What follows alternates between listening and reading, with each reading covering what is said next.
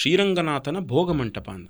ಅಲ್ಲೊಂದು ವಿಶೇಷ ಏನು ಅಂತ ಹೇಳಿದ್ರೆ, ಒಂದು ದಿವಸ ರಂಗನಾಥ ಸ್ವಾಮಿ ಆಭರಣವನ್ನಾಗಲಿ ಅಥವಾ ವಸ್ತ್ರವನ್ನಾಗಲಿ ಏನು ಧರಿಸಿರ್ತಾರೋ ಆ ಆಭರಣವನ್ನು ಮತ್ತು ವಸ್ತ್ರವನ್ನು ಧರಿಸೋದಕ್ಕೆ ಮತ್ತೆ ಇನ್ನೊಂದು ವರ್ಷ ಬೇಕು. ಯಜ್ಞದಿಂದ ಬಂದಂತಹ ಮೂರ್ತಿ, ಆ ಮೂರ್ತಿಯ ಕೆನ್ನೆಯ ಭಾಗದಲ್ಲಿ ಒಂದು 4 ಬೆರಳುಗಳನ್ನು ಇಡುವಷ್ಟು ಶಿಥಿಲವಾಗಿದೆ. ಮೇಲುಕೋಟೆ ಒಂದು ಬಿಟ್ಟು 1000 ವರ್ಷದ ದಾಖಲೆಗಳಲ್ಲಿ ಎಲ್ಲ ದೇವಾಲಯಗಳಲ್ಲೂ ಪೂಜೆ ನಿಂತೋಗಿದೆ. ಆದರೆ ಮೇಲುಕೋಟೆಯಲ್ಲಿ ಮಾತ್ರ ನಿಂತೋಗಿಲ್ಲ, ಒಂದು ದಿವಸವೂ ಕೂಡ ನಿಂತಿಲ್ಲ. ಇಡೀ ಭಾರತ ಭೂಮಿಯಲ್ಲಿ ಒಂದು 575 ಸಂಸ್ಥಾನಗಳು, ರಾಜಮನೆತನಗಳಿದ್ದು ಎಲ್ಲವೂ ಅಳಿದು ನಾಶವಾಗೋಯಿತು. ಅದೇ ಮಂತ್ರ ಸಿದ್ಧಾಂತದ ಗಂಡುಬೇರುಂಡ ಉಪಾಸನೆಯನ್ನು ಪಡೆದಂತಹ ಮೈಸೂರು ಸಂಸ್ಥಾನ ಇವತ್ತಿಗೂ ತನ್ನ ಧಾರ್ಮಿಕತೆಯನ್ನು ಉಳಿಸ್ಕೊಂಡಿದೆ. ಆ ಪ್ರಾರ್ಥನೆಯನ್ನು ಮಾಡಿದಾಗ ತನ್ನ ಹೃದಯದಿಂದ ಆ ನಾರಾಯಣ ಮೂರ್ತಿಯನ್ನು ತೆಗೆದು ಬ್ರಹ್ಮನಿಗೆ ಕೊಡ್ತಾನೆ. ಅದೇ ಇವತ್ತಿಗೆ ತಿರುನಾರಾಯಣ ಸ್ವಾಮಿ ಮೂಲಮೂರ್ತಿ. ಮೇಲುಕೋಟೆ ಚೆಲುವನಾರಾಯಣ ಏನಿದೆಯೋ ಅದೇ ಮೂಲಮೂರ್ತಿ. ಅವ್ರು ಕೊಡೋದಿಲ್ಲ ಅಂತ ಹೇಳ್ತಾ ಇದ್ದಾರೆ. ಮಗಳು, ನಿನಗೆ ಶಕ್ತಿ ಇದ್ದರೆ ಕರಿಯಪ್ಪ ಅಂತ ಕೇಳ್ತಾರೆ. ಆಗ ವಾಡಾ ಏನು ಶೆಲ್ವಪಿಳ್ಳೆ ಅಂತ ಕರೀತಾರೆ. ಒಂದು ಮಗುವಿನ ರೂಪವನ್ನು ಪಡ್ಕೊಂಡು ದಟ ದಟ ದಟ ಅಂತ ಗೆಜ್ಜೆಯ ಸೌಂಡಲ್ಲಿ ಬಂದು ತನ್ನ ತೊಡೆಯ ಮೇಲೆ ಕುಳಿತುಕೊಳ್ತಾರೆ. ಯಾರು? ಚೆಲುವರಾಯ ಸ್ವಾಮಿ. ಇವತ್ತಿಗೂ ಅದಕ್ಕೋಸ್ಕರನೇ ಚೆಲುವನಾರಾಯಣ ಸ್ವಾಮಿಗೆ ಗೆಜ್ಜೆಯನ್ನು ಹಾಕ್ತೇವೆ. ಆ ಕಿರೀಟ ಧಾರಣೆ ಮಾಡಿದ ದಿವಸವೇ ಪುಷ್ಯ ನಕ್ಷತ್ರ. ಅದೇ ಸಾಕ್ಷಾತ್ ರಾಮಾನುಜಾಚಾರ್ಯರು ರಾಮನಿಗೆ ಪಟ್ಟಾಭಿಷೇಕ ಯಾವತ್ತಾಗಲಿಲ್ವೋ ಆ ನೆನಪನ್ನು ಇಟ್ಕೊಂಡು ಮೇಲುಕೋಟೆಯ ವೈರಮುಡಿಯಲ್ಲಿ ಧಾರಣೆಯನ್ನು ಮಾಡ್ತಾರೆ. ವೈರಮುಡಿ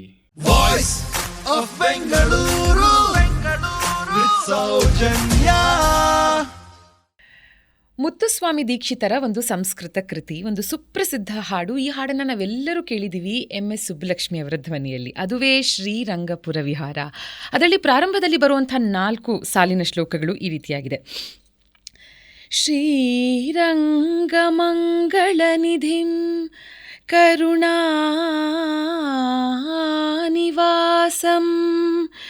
ಶ್ರೀವೆಂಕಟಾದ್ರಿಶಿಖರಾಲಯ ಕಾಲಮೇಘಂ ಶ್ರೀಹಸ್ತಿಶೈಲಶಿಖರೋಜ್ವಲ ಪಾರಿಜಾತಂ ಶ್ರೀಶಂ ನಮಾಮಿ ಶಿರಸಾ ಯದುಶೈಲದೀಪಂ. ಈ 4 ಸಾಲುಗಳಲ್ಲಿ 4 ಕ್ಷೇತ್ರಗಳ ಬಗ್ಗೆ ಮಾತಾಡಿದ್ದಾರೆ. ನೋಡಿ, ವೈಷ್ಣವ ಸಂಪ್ರದಾಯದಲ್ಲಿನ ವಿಶೇಷ 108 ದಿವ್ಯ ದೇಶಗಳು ಅಂತ ತಗೊಂಡಾಗ ಅದರಲ್ಲಿ 4 ದಿವ್ಯ ದೇಶಗಳು ಬಹಳ ವಿಶೇಷ. ಆ 4ರ ಬಗ್ಗೆನೂ ಹೇಳಿದ್ದಾರೆ ಈ ಶ್ಲೋಕದಲ್ಲಿ. ಮೊದಲನೆಯದ್ದಾಗಿ ಶ್ರೀರಂಗಂ, ಆನಂತರ ತಿರುಪತಿ, ಕಂಚಿಯ ವರದರಾಜಸ್ವಾಮಿ, ಇನ್ನು ಯದುಶೈಲದೀಪಂ ಅಂತ ಇಲ್ಲಿ ಹೇಳಿರೋದು ಮೇಲುಕೋಟೆಯನ್ನು. ಆಚಾರ್ಯ ರಾಮಾನುಜರಿಂದ ಸ್ಥಾಪಿಸಲ್ಪಟ್ಟ ಯತಿರಾಜದಾಸರ್ ಗುರುಪೀಠದ ಸ್ಥಾನಾಚಾರ್ಯರು, ಆಗಮ ಪ್ರವೀಣರು, ಸ್ಥಾನಿಕಂ ಶ್ರೀನಿವಾಸ ನರಸಿಂಹನ್ ಗುರುಜಿ ನಮ್ಮ ಜೊತೆಗಿದ್ದಾರೆ ಇವತ್ತು. ಸರ್ ನಮಸ್ಕಾರ, ಬಹಳ ಧನ್ಯವಾದಗಳು ನಿಮ್ಮ ಸಮಯಕ್ಕೆ. ಮೊದಲನೇದಾಗಿ ನಿಮ್ಮ ಅಸೋಸಿಯೇಷನ್ ಸಾಕಷ್ಟು ವರ್ಷಗಳಷ್ಟು ಹಳೆಯದ್ದು. ಮೇಲ್ಕೋಟೆ ಬಗ್ಗೆ ಇನ್ನೇನು ವೈರಮುಡಿ ಉತ್ಸವ, ರಾಜಮುಡಿ ಉತ್ಸವ ಬರ್ತಾ ಇದೆ, ಇದ್ರ ಬಗ್ಗೆ ಮಾತಾಡೋದಕ್ಕೆ ಇವತ್ತು ನಾವಿಲ್ಲಿ ಸೇರಿರೋದಕ್ಕೆ ಖಂಡಿತ ಇದಕ್ಕಿಂತ ಒಂದು ವಿಶೇಷವಾದ ಸನ್ನಿವೇಶ ಮತ್ತೊಂದಿಲ್ಲ. ಯಾಕಂದರೆ ಇನ್ನೇನು ಕೆಲವೇ ದಿನಗಳಲ್ಲಿ ಉತ್ಸವ ಪ್ರಾರಂಭವಾಗ್ತಾ ಇದೆ. ಆದರೆ ಒಂದು 15 ವರ್ಷಗಳ ಮುಂಚೆ ಅಂತ ಅನಿಸುತ್ತೆ, ಆಗ ಪ್ರಥಮ ಬಾರಿಗೆ ನಾವು ಭೇಟಿ ಮಾಡಿ ಮಾತಾಡಿ ಅವತ್ತಿಂದ ನಾನು 14-15 ವರ್ಷಗಳ ಕಾಲ ರೇಡಿಯೋದಲ್ಲಿ ಪ್ರತಿ ವರ್ಷ ಬ್ರಹ್ಮೋತ್ಸವ ನಡೆಯುವಂಥ ಸಮಯದಲ್ಲಿ ಮೇಲುಕೋಟೆಯ ವಿಶೇಷ ಮಾಡ್ತಾ ಬಂದೆ. ಆನಂತರ ನೀವು ನನಗೆ ಒಂದು ಅವಕಾಶ ಕೊಡ್ತೀರಾ, ಮೇಲುಕೋಟೆ ಬಗ್ಗೆ ಒಂದು ವಾಯ್ಸಲ್ಲಿನ ಡಾಕ್ಯುಮೆಂಟ್ರಿ, ಕರೆಕ್ಟಾ, ಅದನ್ನು ನನಗೆ ಧ್ವನಿ ಕೊಡೋದಕ್ಕೆ ಅದಕ್ಕೆ ಒಂದು ಅವಕಾಶವನ್ನು ಮಾಡಿಕೊಡ್ತೀರಾ. ಹಾಗಾಗಿ ಮೇಲ್ಕೋಟೆ ಬಗ್ಗೆ ನಿಮ್ಮಿಂದ ಸಾಕಷ್ಟು ತಿಳ್ಕೊಂಡು ಇದಕ್ಕೆ ಧ್ವನಿಯಾಗಿದ್ದು, ಇನ್ನು ರೇಡಿಯೋದಲ್ಲಿ ಇದ್ರ ಬಗ್ಗೆ ಕಾರ್ಯಕ್ರಮಗಳನ್ನು ನಡೆಸ್ಕೊಟ್ಟು ಎಷ್ಟು ತಿಳ್ಕೊಂಡಿದ್ದೀನಿ ಅಂದರೆ, ಎಷ್ಟು ವಿಷಯಗಳನ್ನ ನಿಮ್ಮಿಂದ ನಾನು ತಿಳ್ಕೊಂಡಿದ್ದೀನಿ ಅಂದರೆ, ನನಗೆ ಕೂಡ ಪರ್ಸ್ನಲಿ ಮೇಲ್ಕೋಟೆ ಬಹಳ ವಿಶೇಷವಾದಂಥ ಕ್ಷೇತ್ರ ಅಂತ ಅನಿಸುತ್ತೆ. ಇನ್ನು ಈ ಕ್ಷೇತ್ರ ಎಲ್ಲರಿಗೂ ಗೊತ್ತು, ಚೆಲುವನಾರಾಯಣ ಸ್ವಾಮಿಯನ್ನು ನಾವಿಲ್ಲಿ ನೋಡಬಹುದು ಅಂತ. ವೈರಮುಡಿ ಅನ್ನೋದು ಅದೊಂದು it is not a word, it is an emotion ಅಂತಾರಲ್ಲ, ಆ ಥರ. ಮೊದಲನೇದಾಗಿ ನಾವು ಈ ಕ್ಷೇತ್ರದ ಬಗ್ಗೆ ಮಾತಾಡ್ತಾ ಆನಂತರ ವೈರಮುಡಿ ಉತ್ಸವ, ರಾಜಮುಡಿ ಉತ್ಸವ ಈ ಎಲ್ಲದ್ರ ಬಗ್ಗೆ ಮಾತಾಡೋಣ. ಈ ಕ್ಷೇತ್ರದಲ್ಲಿನ ಚೆಲುವನಾರಾಯಣನನ್ನು ರಾಮಪ್ರಿಯ ಅಂತ ಕರಿತೀವಿ ನಾವು. ಕೃಷ್ಣನ ಜೊತೆಗೆ ಕೂಡ ಒಂದು ಸಂಬಂಧವನ್ನು ಇಟ್ಟು ಮಾತಾಡ್ತೀವಿ. ದತ್ತಾತ್ರೇಯರ ಜೊತೆಗೆ ಹೋಲಿಸಿ ಮಾತಾಡ್ತೀವಿ ನಾವು. ಅಂದರೆ ಅವರ ಸಮಯದಲ್ಲಿ ಅವ್ರ ಕ್ಷೇತ್ರಕ್ಕೆ ಬಂದಿದ್ದಿರಬಹುದು, ರಾಮಾನುಜಾಚಾರ್ಯರು ಬಂದಿದ್ದಿರಬಹುದು. ಹಾಗಾಗಿ ಮೊದಲಿಗೆ ನಾವು ತಿಳ್ಕೊಬೇಕೇನೆಂದರೆ 4 ಯುಗಗಳನ್ನು ವಿಟ್ನೆಸ್ ಮಾಡಿರುವಂಥ ಒಂದು ಕ್ಷೇತ್ರ ಇದಾಗಿರೋದ್ರಿಂದ ಮೇಲುಕೋಟೆ ಎಷ್ಟು ಹಳೆಯ ಕ್ಷೇತ್ರ, ಎಷ್ಟು ವರ್ಷಗಳಷ್ಟು ಹಳೆಯದ್ದು? ಕರ್ಕಟೇ ಹಸ್ತ ನಕ್ಷತ್ರೇ ಬದರೀ ನಿಲಯೋದ್ಭವಂ ಅಷ್ಟಾಕ್ಷರ ಪ್ರದಾತಾರಂ ನಾರಾಯಣ ಗುರುಂ ಭಜೆ. ವೈಷ್ಣವ ಕ್ಷೇತ್ರ ಅಂದರೆ 108 ವೈಷ್ಣವ ಕ್ಷೇತ್ರ ಅಂತ ತಾವೇ ಹೇಳಿದ್ರಿ. ಈ 108 ವೈಷ್ಣವ ಕ್ಷೇತ್ರಗಳಲ್ಲಿ ಪ್ರಮುಖವಾದಂಥದ್ದು, 108ಕ್ಕೂ ಹೋಗೋಕ್ಕಾಗಲಿಲ್ಲ ಅಂತ ಹೇಳಿದ್ರೆ ಪ್ರಮುಖವಾದಂತಹ 4 ಕ್ಷೇತ್ರಗಳನ್ನು ಪ್ರತಿನಿತ್ಯ ನೆನೆಸ್ಕೊಳ್ಳಿ ಅಂತ ಹೇಳಿ ರಾಮಾನುಜಾಚಾರ್ಯರು ಅಪ್ಪಣೆ ಮಾಡಿಸಿ ಶ್ಲೋಕವನ್ನು ಮಾಡಿದಂತಹ ಈ 4 ಪ್ರಮುಖ ಕ್ಷೇತ್ರಗಳು. ಈ 4 ಕ್ಷೇತ್ರಗಳು ಸಂಧ್ಯಾವಂದನೆ ಆಗಲಿ ಪ್ರತಿಯೊಬ್ಬರು ಎದ್ದ ತಕ್ಷಣ ನೆನೆಸ್ಕೊಳ್ಳುವಂಥ ಒಂದು ಕ್ಷೇತ್ರವೇ ಈ 4 ಕ್ಷೇತ್ರಗಳು. ಅನಂತರ ಇದಕ್ಕೊಂದು ವಿಶೇಷ ಇದೆ. ಅದಕ್ಕೂ ಮುಂಚೆ ನಿಮ್ಮ ವಿಷಯವನ್ನು ಹೇಳಿದ್ರಿ. ಸರಿಸುಮಾರು ಒಂದು 15-16 ವರ್ಷಗಳ ಕಾಲ, ಒಂದು 18 ವರ್ಷಗಳ ಕಾಲ ನಮ್ಮ ಸ್ನೇಹದ ಪರಿಚಯ ಮತ್ತು ಬಾಂಧವ್ಯ ಬೆಳ್ಕೊಂಡು ಬಂದಿದೆ. ನೀವು ತುಂಬ ನಾಲೆಡ್ಜಬಲ್ ಪರ್ಸನ್ ಅನ್ನೋದನ್ನು 2 ಮಾತೇ ಇಲ್ಲ. ಎಲ್ಲ ವಿಷಯದ ಬಗ್ಗೆಯೂ ಕೂಡ ಆಳವಾಗಿ ಅಧ್ಯಯನವನ್ನು ಮಾಡಿ ಅನಂತರ ಬಂದ ಅತಿಥಿಗಳನ್ನು ಪ್ರಶ್ನೆ ಮಾಡ್ತೀರಿ. ಅದು ನಿಮ್ಮಲ್ಲಿರುವಂಥ ಒಂದು ವಿಶೇಷ ಗುಣ. ಅದನ್ನು ನಾವು ಹೊಗಳಲೇಬೇಕು. Thank you sir. ಮೇಲ್ಕೋಟೆಯ ಬಗ್ಗೆ ಆಗಲಿ ಅಥವಾ ಅನೇಕ ಧಾರ್ಮಿಕ ಹಬ್ಬಗಳ ಬಗ್ಗೆ ಆಗಲಿ ನೀವು ಮಾತಾಡಿರೋದನ್ನು ನಾನು ಕೇಳಿಸ್ಕೊಂಡಿದ್ದೀನಿ. ಮತ್ತು ವಿಶೇಷವಾದಂಥ ನಮ್ಮ ಕೈಲಿ ಏನಾದಂಥ ಒಂದು ಚಿಕ್ಕ ಮಾಹಿತಿಗಳನ್ನು ಕೂಡ ತಮಗೆ ಕೊಟ್ಟಿದ್ದೀವಿ. ಇದು ಸ್ನೇಹದ ಬಂಧ ಅಂತ ಹೇಳ್ಬೋದು. ಆನಂತರ ನಿಮ್ಮ ಜೊತೆಯಲ್ಲಿ ಮಾಡೋದು ಒಂದು ಸೌಭಾಗ್ಯವೇ ಸರಿ. ಅದು ಅಲ್ಲದೆ ಮೇಲುಕೋಟೆಯ ವಿಷಯಗಳನ್ನು ಯಾವಾಗೆಲ್ಲ ಹೇಳ್ತೀವೋ ಆವಾಗೆಲ್ಲ ಸೌಭಾಗ್ಯವೇ. ಯಾವುದೇ ಕ್ಷೇತ್ರಕ್ಕೆ ತನ್ನದೇ ಆದಂಥ ಶಕ್ತಿ ಇದೆ. ಆ ಕ್ಷೇತ್ರದ ಬಗ್ಗೆ ಮಾತನಾಡಿದ್ರೆ ಸಾಕು ಅಥವಾ ಕೇಳಿಸ್ಕೊಂಡ್ರೆ ಸಾಕು ಪುಣ್ಯ ಬರುತ್ತೆ ಅಂಥೇಳಿ ಅದನ್ನು ಪುಣ್ಯಕ್ಷೇತ್ರಗಳು ಅಂತ ಕರೀತಾರೆ. ಹಾಗೆ ಈ 4 ಕ್ಷೇತ್ರಗಳು ಶ್ರೀರಂಗ, ಕಾಂಚೀಪುರ, ತಿರುಪತಿ ಮತ್ತು ಮೇಲುಕೋಟೆ. ನಮಗೆ ಜ್ಞಾನ ಮಂಟಪ ಅಂತ ಕರೀತಾರೆ ಮೇಲುಕೋಟೆಯನ್ನು.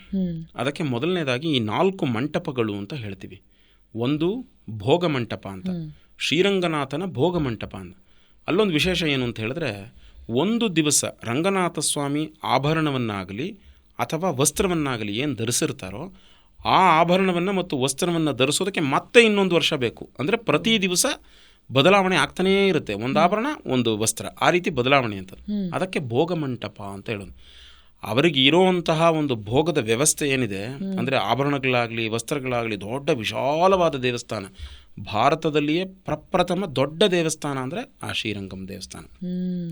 ಸುಮಾರು 270 ಎಕರೆ ಪ್ರದೇಶದಲ್ಲಿ ವಿಸ್ತಾರವಾಗಿದೆ ಅಂತಹ ದೊಡ್ಡ ದೇವಸ್ಥಾನ.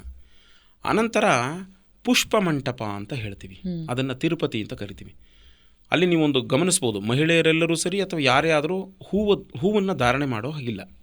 ಅದೆಲ್ಲವೂ ಆ ಹೂವೆಲ್ಲವೂ ಕೂಡ ಪರಮಾತ್ಮನಾದಂತಹ ವೆಂಕಟೇಶ್ವರನಿಗೆ. ಅದು ಆ ಹೂ ಬೇರೆ ಯಾರಿಗೂ ಇಲ್ಲವೇ ಇಲ್ಲ, ಅದು ಅವನಿಗೆ ಮಾತ್ರ. ಅದು ತೋಮಾಲೆ ಸೇವೆ ಆಗಿರ್ಬೋದು ಅಥವಾ ಹೂಗಳ ಅಲಂಕಾರವಾಗಿರ್ಬೋದು, ಅದು ದೇವಸ್ಥಾನಕ್ಕೆ ಮಾತ್ರ, ಅವ್ರಿಗೆ ಮಾತ್ರ. ಅಲ್ಲಿ ಮಾನವರು ಹೂವನ್ನು ಮುಡಿಯೋ ಹಾಗಿಲ್ಲ. ಇದನ್ನು ಪುಷ್ಪ ಮಂಟಪ ಅಂತ ಕರಿತೀವಿ. ನಂತರ ತ್ಯಾಗ ಮಂಟಪ ಅಂತ, ಈ ಭೋಗವನ್ನು ಅನುಭವಿಸಿ ಪುಷ್ಪ ಭಕ್ತಿ ಎಂಬ ಪುಷ್ಪವನ್ನು ಭಗವಂತನಿಗೆ ಅರ್ಪಣೆ ಮಾಡುವಂಥ ಜಾಗ ಇದ್ದರೆ ಅದು ಕಾಂಚೀಪುರ ಅಂತ ಹೇಳ್ತೀವಿ. ಅದಲ್ಲೇ ತ್ಯಾಗ ಮಾಡೋದು ತ್ಯಾಗ ಮಂಟಪ ಅಂತ. ಏನು ತ್ಯಾಗ ಮಾಡೋದು ಅಂದರೆ ಅದು ಕೂಡ ಯಜ್ಞಮೂರ್ತಿಯವನು, ಯಜ್ಞದಿಂದ ಬಂದಂತಹ ಮೂರ್ತಿ. ಆ ಮೂರ್ತಿಯ ಕೆನ್ನೆಯ ಭಾಗದಲ್ಲಿ ಒಂದು 4 ಬೆರಳುಗಳನ್ನು ಇಡುವಷ್ಟು ಶಿಥಿಲವಾಗಿದೆ ಅಂತಹ ಮೂರ್ತಿಯವರು. ಆ ಮೂರ್ತಿ ಯಜ್ಞಮೂರ್ತಿಯವರು. ಅಲ್ಲಿ ತ್ಯಾಗವನ್ನು ಮಾಡಬೇಕು. ಏನು ತ್ಯಾಗ? ಮನುಷ್ಯನಿಗೆ ಅಹಂಕಾರ ಅನ್ನೋ ತ್ಯಾಗವನ್ನು ಮಾಡಬೇಕು, ಐಶ್ವರ್ಯ ಅನ್ನೋ ಮದವನ್ನು ತ್ಯಾಗ ಮಾಡಬೇಕು, ಭಕ್ತಿ ಅನ್ನೋ ಒಂದು ವಿಶೇಷವಾದಂತಹ ಪ್ರಾರ್ಥನೆಯನ್ನು ಮಾಡಬೇಕು. ಆ ಭಕ್ತಿಯನ್ನು ಮಾಡಿದ್ರೆ, ಅಂದರೆ ಪುಷ್ಪಮಂಟಪದ ತ್ಯಾಗವನ್ನು ಮಾಡಿದ್ರೆ, ಪುಷ್ಪಮಂಟಪದನ್ನು ತೆಗೆದು ಭಗವಂತನ ಪಾದಕ್ಕೆ ಅರ್ಪಿಸಿದ್ರೆ, ತ್ಯಾಗವನ್ನು ಮಾಡಿದ್ರೆ, ಜ್ಞಾನಮೂರ್ತಿಯಾದಂಥ ಚೆಲುವನಾರಾಯಣ ಸ್ವಾಮಿ ನಿಮಗೆ ಆಶೀರ್ವಾದವನ್ನು ಮಾಡ್ತಾನೆ. ಇದು 4 ಮಂಟಪಗಳ ವಿಶೇಷವಾದಂಥದ್ದು. ಮತ್ತೊಂದು ವಿಶೇಷ ಅಂತ ಹೇಳಿದ್ರೆ, ರಾಮಾನುಜಾಚಾರ್ಯರು ಎಲ್ಲ ದೇವಾಲಯಗಳನ್ನು ದರ್ಶನ ಮಾಡಿದ್ರೂ ಕೂಡ ಮೇಲುಕೋಟೆಯಲ್ಲಿ ಒಂದು ದಿವಸವಾದರೂ ಉಳಿಬೇಕು, ಒಂದು ಕ್ಷಣವಾದರೂ ಇರಬೇಕು ಅನ್ನೋ ಒಂದು ಮಹತ್ವವನ್ನು ಹೇಳಿದ್ದಾರೆ.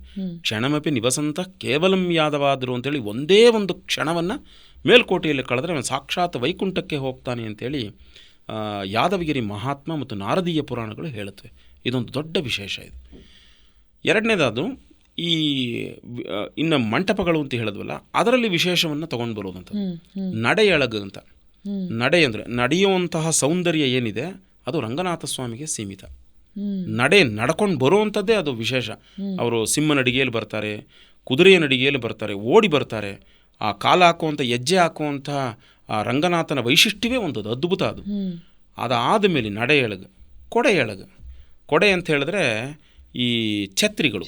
ಛತ್ರಿ ಕಾಂಚೀಪುರದಲ್ಲಿ ಹಿಡಿಯುವಂತಹ ದೊಡ್ಡ ದೊಡ್ಡ ಛತ್ರಿಗಳು ಬೇರೆ ಬಹುತೇಕ ಯಾವ ಕ್ಷೇತ್ರದಲ್ಲೂ ಹಿಡಿಯೋದಿಲ್ವೇನೋ ಅಂತಹ ಕೊಡೆಯನ್ನು ಹಿಡ್ಕೊಳ್ಳುವಂತಹ ಒಂದು ಸೌಂದರ್ಯವೇ ಅದು ಕೊಡೆಯಳಗು ಅಂತ. ಆನಂತರ ತಿರುಪತಿಯಲ್ಲಿ ವಡೆಯಳಗು ಅಂತ. ವಡೆ ಅಂದರೆ ನಿಮಗೆ ಲಡ್ಡು ಹೆಂಗೆ ಪ್ರಸಾದದ ಶ್ರೇಷ್ಠತ್ವವೋ ಅದೇ ರೀತಿ ವಡೆಯನ್ನು ಮಾಡ್ತಾರೆ, ಉದ್ದಿನ ವಡೆ. ಅದು ಅದ್ಭುತವಾದಂಥದ್ದು. ಆ ವಡೆಯ ಶ್ರೇಷ್ಠ ಪ್ರಸಾದಗಳಲ್ಲಿ ಅತ್ಯಂತ ಶ್ರೇಷ್ಠವಾದದ್ದು ಅಂತ ಅದನ್ನು ಹೇಳ್ಕೊಂಡು ಹೋಗ್ತಾರೆ. ಆನಂತರ ಮೇಲುಕೋಟೆಯಲ್ಲಿ ಮುಡಿಯಳಗು ಅಂತ. ಯಾರಿಗೂ ಇಲ್ಲದೇ ಇರುವಂಥದ್ದು, ಭರತ ಭೂಮಿಯಲ್ಲೇ ಇಲ್ಲದೇ ಇರುವಂಥದ್ದು ಒಂದು ಮುಡಿ ಚೆಲುವನಾರಾಯಣ ಸ್ವಾಮಿ ಧಾರಣೆಯನ್ನು ಮಾಡ್ತಾನೆ. ಅದಕ್ಕೆ ಅದು ಅದ್ಭುತವಾದಂಥ ಕ್ಷೇತ್ರ. ಈ ವಿಂಗಡಣೆ ಮಾಡಬೇಕಾದ್ರೆ 4 ಕ್ಷೇತ್ರಗಳಲ್ಲೂ ಏನು ಇಂಪಾರ್ಟೆಂಟು, ಇದನ್ನು ನಡೆ ಅಂದರೆ ನಡೆಯೋದು ಇಂಪಾರ್ಟೆಂಟು, ಇನ್ನೊಂದು ಕೊಡೆ ಅಂದರೆ ಛತ್ರಿ ಇಂಪಾರ್ಟೆಂಟು, ಇನ್ನೊಂದು ತಿನ್ನೋದು ಇಂಪಾರ್ಟೆಂಟು. ನೀನು ನಡೀತಾ ಇರಬೇಕು, ಜೀವನ ಪೂರ್ತಿ ನಡೀತಾ ಇರಬೇಕು. ಆನಂತರ ನಿನಗೆ ಬಿಸಿಲು ಅಥವಾ ಮಳೆಯೋ ಬಂದರೆ ರಕ್ಷಣೆಯನ್ನು ಮಾಡ್ಕೋಬೇಕು. ಆನಂತರ ಆಹಾರವನ್ನು ತಗೋಬೇಕು. ಉದ್ದಿನ ತಗೊಂಡ್ರೆ ಅದನ್ನು ಮುಂದೆ ಹೇಳ್ತೀನಿ, ಅದನ್ನು ಉದ್ದಿನ ವಿಷಯ ಬಂದಾಗ ಆ ಉದ್ದಿನ ವಡೆಯನ್ನು ತಗೋಬೇಕು. ಆನಂತರ ಯಾರನ್ನು ನೋಡಬೇಕು ಇದನ್ನೆಲ್ಲ ಮಾಡಿ. ಅನಂತರ ಚೆಲುವನಾರಾಯಣ ಸ್ವಾಮಿಯನ್ನು ದರ್ಶನ ಮಾಡಬೇಕು. ಅಲ್ಲಿಗೆ ಏನಾಯಿತು, ಭಗವಂತನಾದಂತಹ ಸ್ವರೂಪವನ್ನು ಭೂಮಿ ಮೇಲೆ ನೋಡಬೇಕು. ಭಗವಂತನ ಸ್ವರೂಪ ಅಂದರೆ ಅದು ಮೇಲುಕೋಟೆಯಲ್ಲಿ ಮಾತ್ರ ಅನ್ನೋದನ್ನು ಇಲ್ಲಿ ಸ್ಪಷ್ಟಪಡಿಸಿದ್ದಾರೆ. ಇದೊಂದು ದೊಡ್ಡ ವಿಷಯ ಇದು. ಹಾಗಾಗಿ ಮೇಲುಕೋಟೆ ಎಲ್ಲ ಕ್ಷೇತ್ರಗಳಿಗಿಂತ ಮಹತ್ವವಾದಂಥದ್ದು. ಅದು ನಮ್ಮ ಕರ್ನಾಟಕದಲ್ಲಿರೋದು ಅತ್ಯಂತ ದೊಡ್ಡ ಸೌಭಾಗ್ಯ ಅಂತ ಹೇಳ್ಕೋಬೋದು. ಇನ್ನೊಂದು ವಿಷಯ ಏನು ಅಂತ ಹೇಳಿದ್ರೆ, ಪ್ರಪಂಚದಲ್ಲಿಯೇ ತ್ರಿಕೋಣಾಕಾರ ಇರುವಂಥದ್ದು ನಮ್ಮ ದೇಶ. ಅದನ್ನು ನೀವು ಉಲ್ಟಾ ಮಾಡಿ ನೋಡಿದ್ರೆ ಮ್ಯಾಪನ್ನು ನಿಮಗೆ ಅರ್ಥ ಆಗುತ್ತೆ. ಅದರಲ್ಲಿ ಈಗ ಉದಾಹರಣೆಗೆ ಕುಂಭಮೇಳ ನಡೆಸಿದ್ರಲ್ಲ, ಈ ಕುಂಭಮೇಳವೂ ಕೂಡ ತ್ರಿಕೋಣಾಕಾರ, 4 ಕಡೆಗಳಲ್ಲಿ ಬಿಂದು ಬಿತ್ತು ಅಂತ ಹೇಳ್ತಾರಲ್ವಾ, ಅಮೃತ ಬಿಂದು, ಅದೂ ಕೂಡ ತ್ರಿಕೋಣಾಕಾರದಲ್ಲೇ ಇದೆ. ನೀವು ಭೂಪಟದಲ್ಲಿ ಈಗ ಬರುವಂತಹ ಫೋಟೋಗಳನ್ನ ಗಮನಿಸಿ ನೀವು, ಅದೂ ತ್ರಿಕೋಣಾಕಾರದಲ್ಲಿಯೇ ಇದೆ. ಅಂತಹ ತ್ರಿಕೋಣಾಕಾರ ಮಹಾಲಕ್ಷ್ಮಿಯ ಸ್ವರೂಪ ಅಂತ ಹೇಳುತ್ತೆ ಶಾಸ್ತ್ರ. ಅಂತಹ ಮಹಾಲಕ್ಷ್ಮಿಯ ಸ್ವರೂಪ ವೈರಮುಡಿ ಕಿರೀಟದಲ್ಲಿಯೂ ಇದೆ, ತ್ರಿಕೋಣಾಕಾರ. ಆದ್ದರಿಂದನೇ ಅದಕ್ಕೆ ಮಂತ್ರ ಸಿದ್ಧಾಂತದ ಪ್ರಕಾರ ಆ ಕಿರೀಟ ಬಹುತೇಕ ಎಲ್ಲ ದೇವರಿಗೂ ಆಗದೇನೆ ಮೇಲುಕೋಟೆ ಚೆಲುವನಾರಾಯಣ ಸ್ವಾಮಿಗೆ ಅದು ಸೆಟ್ಟಾಗಿದೆ ಅನ್ನೋದು ಒಂದು ಅದ್ಭುತ ವಿಷಯ. ಅದಕ್ಕೋಸ್ಕರನೇ ಮಂತ್ರ ಸಿದ್ಧಾಂತ ಇಡೀ ಪ್ರಪಂಚದಲ್ಲಿ ಎಲ್ಲರೂ ಇದ್ದರೆ ಅದು ಮೇಲುಕೋಟೆಯಲ್ಲಿ ಅನ್ನೋದಿರುತ್ತೆ. ಎರಡನೇದು, ಈಗ ಮೇಲುಕೋಟೆಯಲ್ಲಾಗ್ಬೋದು ಅಥವಾ ಶ್ರೀರಂಗದಲ್ಲಾಗ್ಬೋದು, ತಿರುಪತಿಲಾಗ್ಬೋದು ಅಥವಾ ಕಾಂಚೀಪುರದಲ್ಲಾಗ್ಬೋದು, ಇನ್ನು ಅನೇಕ ಕ್ಷೇತ್ರಗಳಲ್ಲಾಗ್ಬೋದು, ಎಲ್ಲ ಕಡೆಯಲ್ಲಿಯೂ ಮೇಲುಕೋಟೆ ಒಂದು ಬಿಟ್ಟು 1000 ವರ್ಷದ ದಾಖಲೆಗಳಲ್ಲಿ ಎಲ್ಲ ದೇವಾಲಯಗಳಲ್ಲೂ ಪೂಜೆ ನಿಂತೋಗಿದೆ. ಆದರೆ ಮೇಲುಕೋಟೆಯಲ್ಲಿ ಮಾತ್ರ ನಿಂತೋಗಿಲ್ಲ, ಒಂದು ದಿವಸವೂ ಕೂಡ ನಿಂತಿಲ್ಲ. 1000 ವರ್ಷದ ದಾಖಲೆಗಳಲ್ಲಿ ಒಂದೇ ಒಂದು ದಿವಸ ಕೂಡ ಅಲ್ಲಿ ಮೇಲುಕೋಟೆಯಲ್ಲಿ ಪೂಜೆ ನಿಂತಿಲ್ಲ. ಬಿಕಾಸ್ ಆಫ್ ಮಂತ್ರ ಸಿದ್ಧಾಂತ.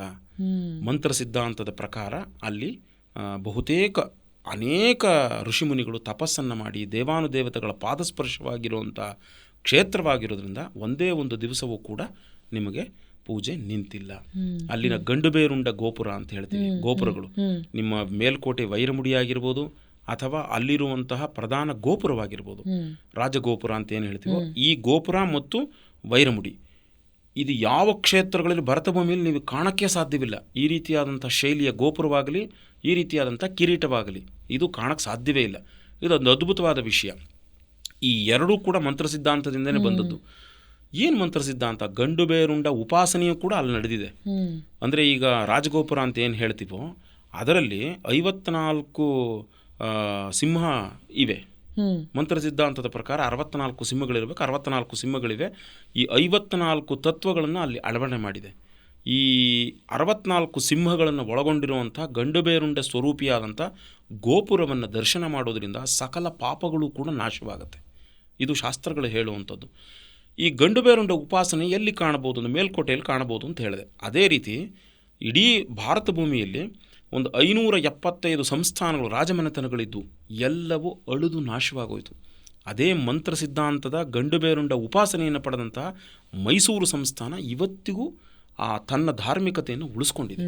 ಅದಕ್ಕೋಸ್ಕರನೇ ನಿಮಗೆ ಈ ಗಂಡು ಬೇರುಂಡ ಉಪಾಸನೆಯನ್ನು ಮಾಡುವಂಥದ್ದನ್ನು ನಾವು ಕಾಣ್ಬೋದು. ಎರಡನೇದು, ತಿರುಪತಿಯಲ್ಲೂ ಕೂಡ ಪೂಜೆ ನಿಂತೋಗಿತ್ತು. ಆನಂತರ ಮುಮ್ಮಡಿ ಕೃಷ್ಣರಾಜ ಒಡೆಯರು ಈ ಗಂಡುಬೇರುಂಡದ ಪದಕವನ್ನು ತಿರುಪತಿಗೆ ಕೊಟ್ಟ ತಕ್ಷಣ ಅಲ್ಲಿ ಅವತ್ತಿಂದ ಪೂಜೆ ಕಂಟಿನ್ಯೂ ಆಯಿತು, ಆ ಮಂತ್ರ ಸಿದ್ಧಾಂತದ ರೂಪವೇ. ಇನ್ನೊಂದು, ಈ ದಕ್ಷಿಣ ಭಾರತದಲ್ಲಿ ಏನೆಲ್ಲ ಟ್ರಾವೆಲ್ಸ್ ಅಂತ ಇಟ್ಕೊಂಡಿರ್ತಾರೋ ಅಥವಾ ನಿಮಗೆ ಸರ್ಕಾರದ್ದೇ ಇದೆಯಲ್ಲ, ಸರ್ಕಾರದ ಸ್ವಾಮ್ಯದ ರಸ್ತೆ ಸಾರಿಗೆ ಸಂಸ್ಥೆಗಳು ಎಲ್ಲವೂ ಲಾಸಲ್ಲಿ ನಡೀತಾ ಇದೆ. ಆದರೆ ಕರ್ನಾಟಕ ಸರ್ಕಾರ ಮಾತ್ರ ತುಂಬ ಅದ್ಭುತವಾಗಿ ಲಾಭದಾಯಕವಾಗಿದೆ. ಅದು ಬಿಕಾಸ್ ಆಫ್ ಗಂಡುಬೇರುಂಡ ಲಾಂಛನ. ಗಂಡಬೇರುಂಡವನ್ನ ನಾವು ನರಸಿಂಹಸ್ವಾಮಿ ಅವತಾರದ ಜೊತೆ ನರಸಿಂಹಸ್ವಾಮಿ ಶಕ್ತಿ ಅಂತ ಹೇಳ್ತೀವಿ. ಶಿವ ಮತ್ತೆ ಶರಭನ ಜೊತೆಗೂ ಅಸೋಸಿಯೇಟ್ ಮಾಡ್ಕೋತೀವ. ಅದು ಹೇಗೆ ಅಂತ ಹೇಳಿದ್ರೆ, ಈ ನರಸಿಂಹಸ್ವಾಮಿಯ ಅವತಾರವಾದಾಗ ಶರಭಾವತಾರ ಆಗಿ ಅವನ ಕೋಪವನ್ನು ತಣಿಸ್ಬೇಕಾದ್ರೆ ನುಂಗುಬಿಟ್ಟ ಅಂತ ಹೇಳ್ತಾರೆ. ಆ ನುಂಗಿದ್ದನ್ನ ಆಚೆಗೆ ಬಂದು ಮತ್ತೆ ಗಂಡುಬೇರುಂಡ ಅವತಾರವನ್ನು ತೆಗೆದು ಗಂಡುಬೇರುಂಡ ಅವತಾರದಲ್ಲಿ ಶರಭವನ್ನು ಮುಗಿಸ್ತಾ ಅಂತ ಹೇಳುತ್ತೆ. ಹಾಗಾಗಿ ಗಂಡುಬೇರುಂಡ ಉಪಾಸನೆ ಇವತ್ತಿಗೂ ಬಹುತೇಕ ನಿಮಗೆ ಅತ್ಯಂತ ಸಾಧನಾ ಮಹೋತ್ಸವವಾಗಿ, ಅಂದರೆ ಸಾಧನಾ ಉತ್ಸವವಾಗಿ ಅಥವಾ ಸಾಧನಾ ರೀತಿಯಲ್ಲಿ ಅದನ್ನು ಮಂತ್ರನ ಜಪ ಮಾಡ್ತಾರೆ. ಇವತ್ತಿಗೂ ಟೋಕಿಯೋದಲ್ಲಿಯೂ ಕೂಡ ಒಬ್ಬ ಮಹಿಳೆ ಓಂಫಿ ಗಂಡುಬೇರುಂಡ ಅಂತೇಳಿ ಅವಳ ಹೆಸರನ್ನೇ ಚೇಂಜ್ ಮಾಡಿಕೊಂಡು ಮೇಲುಕೋಟೆಗೆ ಬಂದು ನಮ್ಮ ತಂದೆಯವರನ್ನ ಭೇಟಿಯಾಗಿ ಮಂತ್ರ ಸಿದ್ಧಾಂತದ ಬಗ್ಗೆ ಅವರ ತಿಳ್ಕೊಂಡಿದ್ದ ವಿಷಯವನ್ನು ಕೂಡ ನಾವು ಪ್ರಸ್ತಾಪವನ್ನು ಮಾಡಿದ್ದಾರೆ. ಅಂದರೆ ಹೊರದೇಶದಲ್ಲಿಯೂ ಕೂಡ ಈ ಗಂಡುಬೇರುಂಡಕ್ಕೆ ವಿಶೇಷವಾದಂಥದ್ದು ಡಾಲರ್ಗಳನ್ನು ಇಟ್ಕೊಳ್ಳುವಂಥದ್ದಾಗ್ಬೋದು ಅಥವಾ ಮಂತ್ರ ಸಿದ್ಧಾಂತದ ಪ್ರಕಾರ ಜಪ ಮಾಡೋದಾಗ್ಬೋದು, ಗಂಡುಬೇರುಂಡ ಮಾಲಾ ಮಂತ್ರವನ್ನು ಜಪ ಮಾಡೋದಿರ್ಬೋದು, ಇದೆಲ್ಲವನ್ನು ಕೂಡ ಮಾಡ್ತಾರೆ. ಯಾರಿಗಾದ್ರೂ ಒಂದು ಸ್ವಲ್ಪ ಡೌಟ್ ಇದ್ರು, ಯಾಕೆ ನರಸಿಂಹನ ಬಗ್ಗೆ ಮಾತಾಡ್ತಿದ್ದೀವಿ ನಾವು ಮೇಲ್ಕೋಟೆ ಬಗ್ಗೆ ಮಾತಾಡ್ತಾ ಅಂತ. ಮೇಲ್ಕೋಟೆ ಅಂದರೆ ಥಟ್ಟಂತ ನಮ್ಮ ಮನಸ್ಸಿಗೆ ಬರೋದು ಚೆಲುವನಾರಾಯಣ ಸ್ವಾಮಿ. ಆದರೆ ಇಲ್ಲಿ ಯೋಗ ನರಸಿಂಹನಿಗೂ ವಿಶೇಷವಾದಂತಹ ಸ್ಥಾನ ಇದೆ. ಅದೇನೆಂದರೆ ಹಿರಣ್ಯಕಶಿಪುವಿನ ಸಂಹಾರವಾದ ನಂತರ ಪ್ರಹ್ಲಾದ ಸಾಕಷ್ಟು ಕ್ಷೇತ್ರಗಳನ್ನು ಸುತ್ತಿ ಇಲ್ಲಿ ಬಂದು ತಪಸ್ಸನ್ನು ಮಾಡಿ ನರಸಿಂಹಸ್ವಾಮಿ ಪ್ರತ್ಯಕ್ಷ ಆಗಿ ಇಲ್ಲಿ ನೆಲೆಯೂರ್ದ ಅನ್ನೋದು ಅದು ಕೂಡ ಒಂದು ಪ್ರತೀತಿ ಅಲ್ಲ? ಹೌದು. ಈಗ ನಾವು ಹೇಳಬೇಕಾಗಿ ಇಲ್ಲ, ಪೂರ್ತಿ ನೀವೇ ಹೇಳ್ಬೇಕು. ಅದು ಪ್ರಹ್ಲಾದನ ಪ್ರತಿಷ್ಠೆ ಅಂತ ಹೇಳ್ತೀವಿ. ಅಂದ್ರೆ ಎಲ್ಲ ಕಡೆಯಲ್ಲೂ ಅವ್ರಿಗೆ ಇಷ್ಟ ದೇವರನ್ನ ಪ್ರತಿಷ್ಠೆ ಮಾಡೋದು ಒಂದು ವಾಡಿಕೆ. ನಮಗೆ ಯಾವ ಇಷ್ಟ ದೇವರನ್ನು ನಮ್ಮ ಮನೆಯಲ್ಲಿ ಏನು ಪೂಜೆ ಮಾಡ್ತೀವೋ ಅದೇ ರೀತಿ ಕ್ಷೇತ್ರಗಳ ಮಹಾರಾಜರು ಏನು ಮಾಡ್ತಾ ಇದ್ರು, ಆಯಾಯ ಕ್ಷೇತ್ರಗಳಿಗೆ ಹೋಗಿ ಅಲ್ಲಿ ಪ್ರತಿಷ್ಠಾಪನೆಯನ್ನು ಮಾಡಿದ್ರು. ಸರಿ, ಅವರ ಕುಟುಂಬಕ್ಕೆ ಆ ಸಂಬಂಧ ಇದೆ, ಮೇಲ್ಕೋಟೆಯ ಸಂಬಂಧ ಇದೆ. ಅಂದರೆ ಹಿರಣ್ಯ ಕಶಿಪು ಇರ್ಬೋದು, ಪ್ರಹ್ಲಾದ ಇರ್ಬೋದು, ಅವರ ಮೊಮ್ಮಗ ಇರ್ಬೋದು ವಿರೋಚನ, ಅವನೇ ಈ ವೈರಮುಡಿಯನ್ನು ಕದ್ದದ್ದು ಕೂಡ ಅದ ಐತಿಹ್ಯ ಇದೆ. ಮುಂದೆ ಹೇಳ್ತೇನೆ ಅದನ್ನು. ಆ ರೀತಿಯಾದಂಥ ಕ್ಷೇತ್ರ ಸಂಬಂಧವೂ ಕೂಡ ಪ್ರಹ್ಲಾದರ ಕುಟುಂಬಕ್ಕೆ ಇದೆ. ಹಾಗಾಗಿ ಆ ಮಂತ್ರ ಸಿದ್ಧಾಂತದ ಕೂಡ ಅಲ್ಲಿಯೂ ಕೂಡ ಆ ಮಂತ್ರದಿಂದನೇ ಅವ್ರು ಗೆದ್ದದ್ದು. ನಾರಾಯಣ ಮಂತ್ರದಿಂದನೇ ಪ್ರಹ್ಲಾದ ಬಹುತೇಕ ತನ್ನ ಇಡೀ ಜೀವನವನ್ನು ಸಾಗಿಸಿದ್ದು. ಹಾಗಾಗಿ ಆ ಮಂತ್ರಶಕ್ತಿಯೂ ಕೂಡ ಅಲ್ಲಿ ಅಡಗಿದೆ. ಹಾಗಾಗಿ ಒಂದು ವಿಶೇಷವಾದಂಥ ಕ್ಷೇತ್ರವಾಗಿ ಪರಿಣಮಿಸಿದೆ ಮೇಲುಕೋಟೆ. ಸರ್, ಇವಾಗ ಯಾವುದೇ ದೇವಸ್ಥಾನ ಇದಕ್ಕೊಂದು 1000 ವರ್ಷಗಳ ಇತಿಹಾಸ ಇದೆ ಅಂದ್ರೇ ನಮಗೆ ಅದೊಂದು ವಾವ್ ಫ್ಯಾಕ್ಟರ್. 1000 ವರ್ಷಗಳ ಇತಿಹಾಸ. ಆದರೆ ಮೇಲುಕೋಟೆ ಕ್ಷೇತ್ರ 4 ಯುಗಗಳನ್ನು ನೋಡಿದೆ. ಶ್ರೀರಾಮನಿಂದ ಪೂಜಿಸಲ್ಪಟ್ಟಿರುವಂಥ ವಿಗ್ರಹ, ಕೃಷ್ಣನಿಂದ ಪೂಜಿಸಲ್ಪಟ್ಟಿರುವಂಥ ವಿಗ್ರಹ. ಹಾಗಾಗಿ ಎಷ್ಟು ವರ್ಷ ಹಳೆದಿರಬಹುದು ಈ ಕ್ಷೇತ್ರ? 4 ಯುಗ ಅಂತ ಹೇಳ್ತೀವಿ, ಇದನ್ನು ಲಕ್ಷಾಂತರ ವರ್ಷಗಳು ಅಂತ ಹೇಳ್ಕೊತೀವಿ. ಅಂದರೆ ಹೆಂಗೆ ಹೇಳ್ಕೊಬೋದು ಅಂತ ಹೇಳಿದ್ರೆ, ಒಂದು ಇರುವೆ ಹೋಗ್ತಾ ಇರುತ್ತೆ ಅಥವಾ ಸೊಳ್ಳೆ ಅಂತ ಇಟ್ಕೋಬೋದು. ಸೊಳ್ಳೆ 2 ನಿಮಿಷದಲ್ಲಿ ತನ್ನ ಇಡೀ ಜೀವನವನ್ನು ಮುಕ್ತಾಯ ಮಾಡ್ಕೊಳ್ಳುತ್ತೆ. ಅದು ಮದುವೆ ಆಗಿಯೋ, ಮಕ್ಕಳಾಗಿಯೋ ಅಥವಾ ಮೊಮ್ಮಕ್ಕಳಾಗಿಯೋ. ಅದಕ್ಕೆ ಯಾವ ಮದುವೆ ಅಂತ ಕೇಳಬೇಡಿ, ನಾನು ಈ ಲೆಕ್ಕಾಚಾರದಲ್ಲಿ ಹೇಳ್ತಾ ಇದ್ದೀನಿ. ಹಾಗಾಗಿ ಆ ರೀತಿಯಾದಂತಹ ಒಂದು ಸೊಳ್ಳೆ ನಮ್ಮ ಕಣ್ಣು ಮುಂದೆ ಲಕ್ಷಾಂತರ ಹೋಗಿ ಸತ್ತೋಗ್ಬಿಡುತ್ತೆ. ನಮ್ಮ ಇಡೀ ಆಯಸ್ಸಿನಲ್ಲಿ ಲಕ್ಷಾಂತರ ಸತ್ತೋಗ್ಬಿಡುತ್ತೆ. ಹಾಗೆಯೇ ಆ ಯುಗದ ಪರಿಕಲ್ಪನೆಯನ್ನು ತಗೊಂಡಾಗ ಕೃತಯುಗದಿಂದ ಹಿಡಿದು ಕಲಿಯುಗದವರೆಗೆ ನಾವು ಎಷ್ಟು ವರ್ಷ ಬದುಕಿರ್ತೀವಿ? 60 ವರ್ಷಕ್ಕೆ ಬಂದ್ಬಿಟ್ಟಿದ್ದೀವಿ. ಈಗ 100 ವರ್ಷ ಶತಮಾನಂ ಅಂತೇಳಿ ಹೇಳಿದಂಥದ್ದವರು 60 ವರ್ಷಕ್ಕೆ ಬಂದ್ಬಿಟ್ಟಿದ್ದೀವಿ. ಹಾಗಾಗಿ ಆ ಯುಗದ ಲೆಕ್ಕಾಚಾರ ತಗೊಂಡ್ರೆ ಕೃತಯುಗ, ತ್ರೇತಾಯುಗ, ದ್ವಾಪರ ಯುಗ, ಕಲಿಯುಗ, ಈ 4 ಯುಗಗಳನ್ನು ಕಂಡಿರುವಂಥ ಕ್ಷೇತ್ರ ಅದು ಮೇಲುಕೋಟೆ ಅಂತ ಹೇಳ್ತೀವಿ. ಇನ್ನು ಇದರ ಆರಂಭವನ್ನು ನಾವು ಗಮನಿಸಬೇಕಾದ್ರೆ, ಬ್ರಹ್ಮ ತನ್ನ ಸೃಷ್ಟಿ ಕಾರ್ಯವನ್ನು ಮಾಡ್ತಾನೆ. ನಾರಾಯಣನಿಂದ ಅಂದರೆ ವಿಷ್ಣುವಿನಿಂದ ಅಪ್ಪಣೆಯನ್ನು ಪಡೆದು ಸೃಷ್ಟಿ ಕಾರ್ಯವನ್ನು ಮಾಡ್ತಾನೆ. ಸೃಷ್ಟಿ ಕಾರ್ಯ ಮಾಡಬೇಕಾದ್ರೆ ಅವನ ನಾಭಿಯಿಂದ ಬಂದವನು ನಾರಾಯಣ. ಅಂದರೆ ನಾರಾಯಣನ ನಾಭಿಯಿಂದ ಬ್ರಹ್ಮ ಬಂದವನು. ಆಗ ಬಂದಂತಹ ಸಂದರ್ಭದಲ್ಲಿ ಆ ಕಮಲದ ಹೂವು ಪೂರ್ತಿ ಅದರ ಮೇಲೆ ಕೂತಿರ್ತಾನಲ್ಲ, ಅವನಿಗೇನು ಕಾಣಲ್ಲ, ಕೆಳಗೋ ಮೇಲೋ ಏನೂ ಕಾಣಲ್ಲ. ಆ ಕಾಣದೇ ಇರುವಂಥ ಸಂದರ್ಭದಲ್ಲಿ ನಿನ್ನ ಮೂರ್ತಿಯನ್ನು ಇಟ್ಕೊಂಡು ಪೂಜೆಯನ್ನು ಮಾಡ್ಕೊಂಡು ನಾನು ಈ ಸೃಷ್ಟಿ ಕಾರ್ಯವನ್ನು ಮಾಡ್ತೀನಿ ಅಂತ ಪ್ರಾರ್ಥನೆಯನ್ನು ಮಾಡ್ತಾನೆ.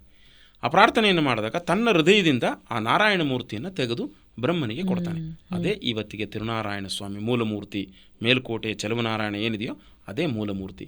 ಆ ಮೂಲಮೂರ್ತಿಯನ್ನು ಇಟ್ಕೊಂಡು ತನ್ನ 4 ಮಕ್ಕಳು ಸಹಾಯಕ್ಕೆ ಇಟ್ಕೊಳ್ತಾನೆ.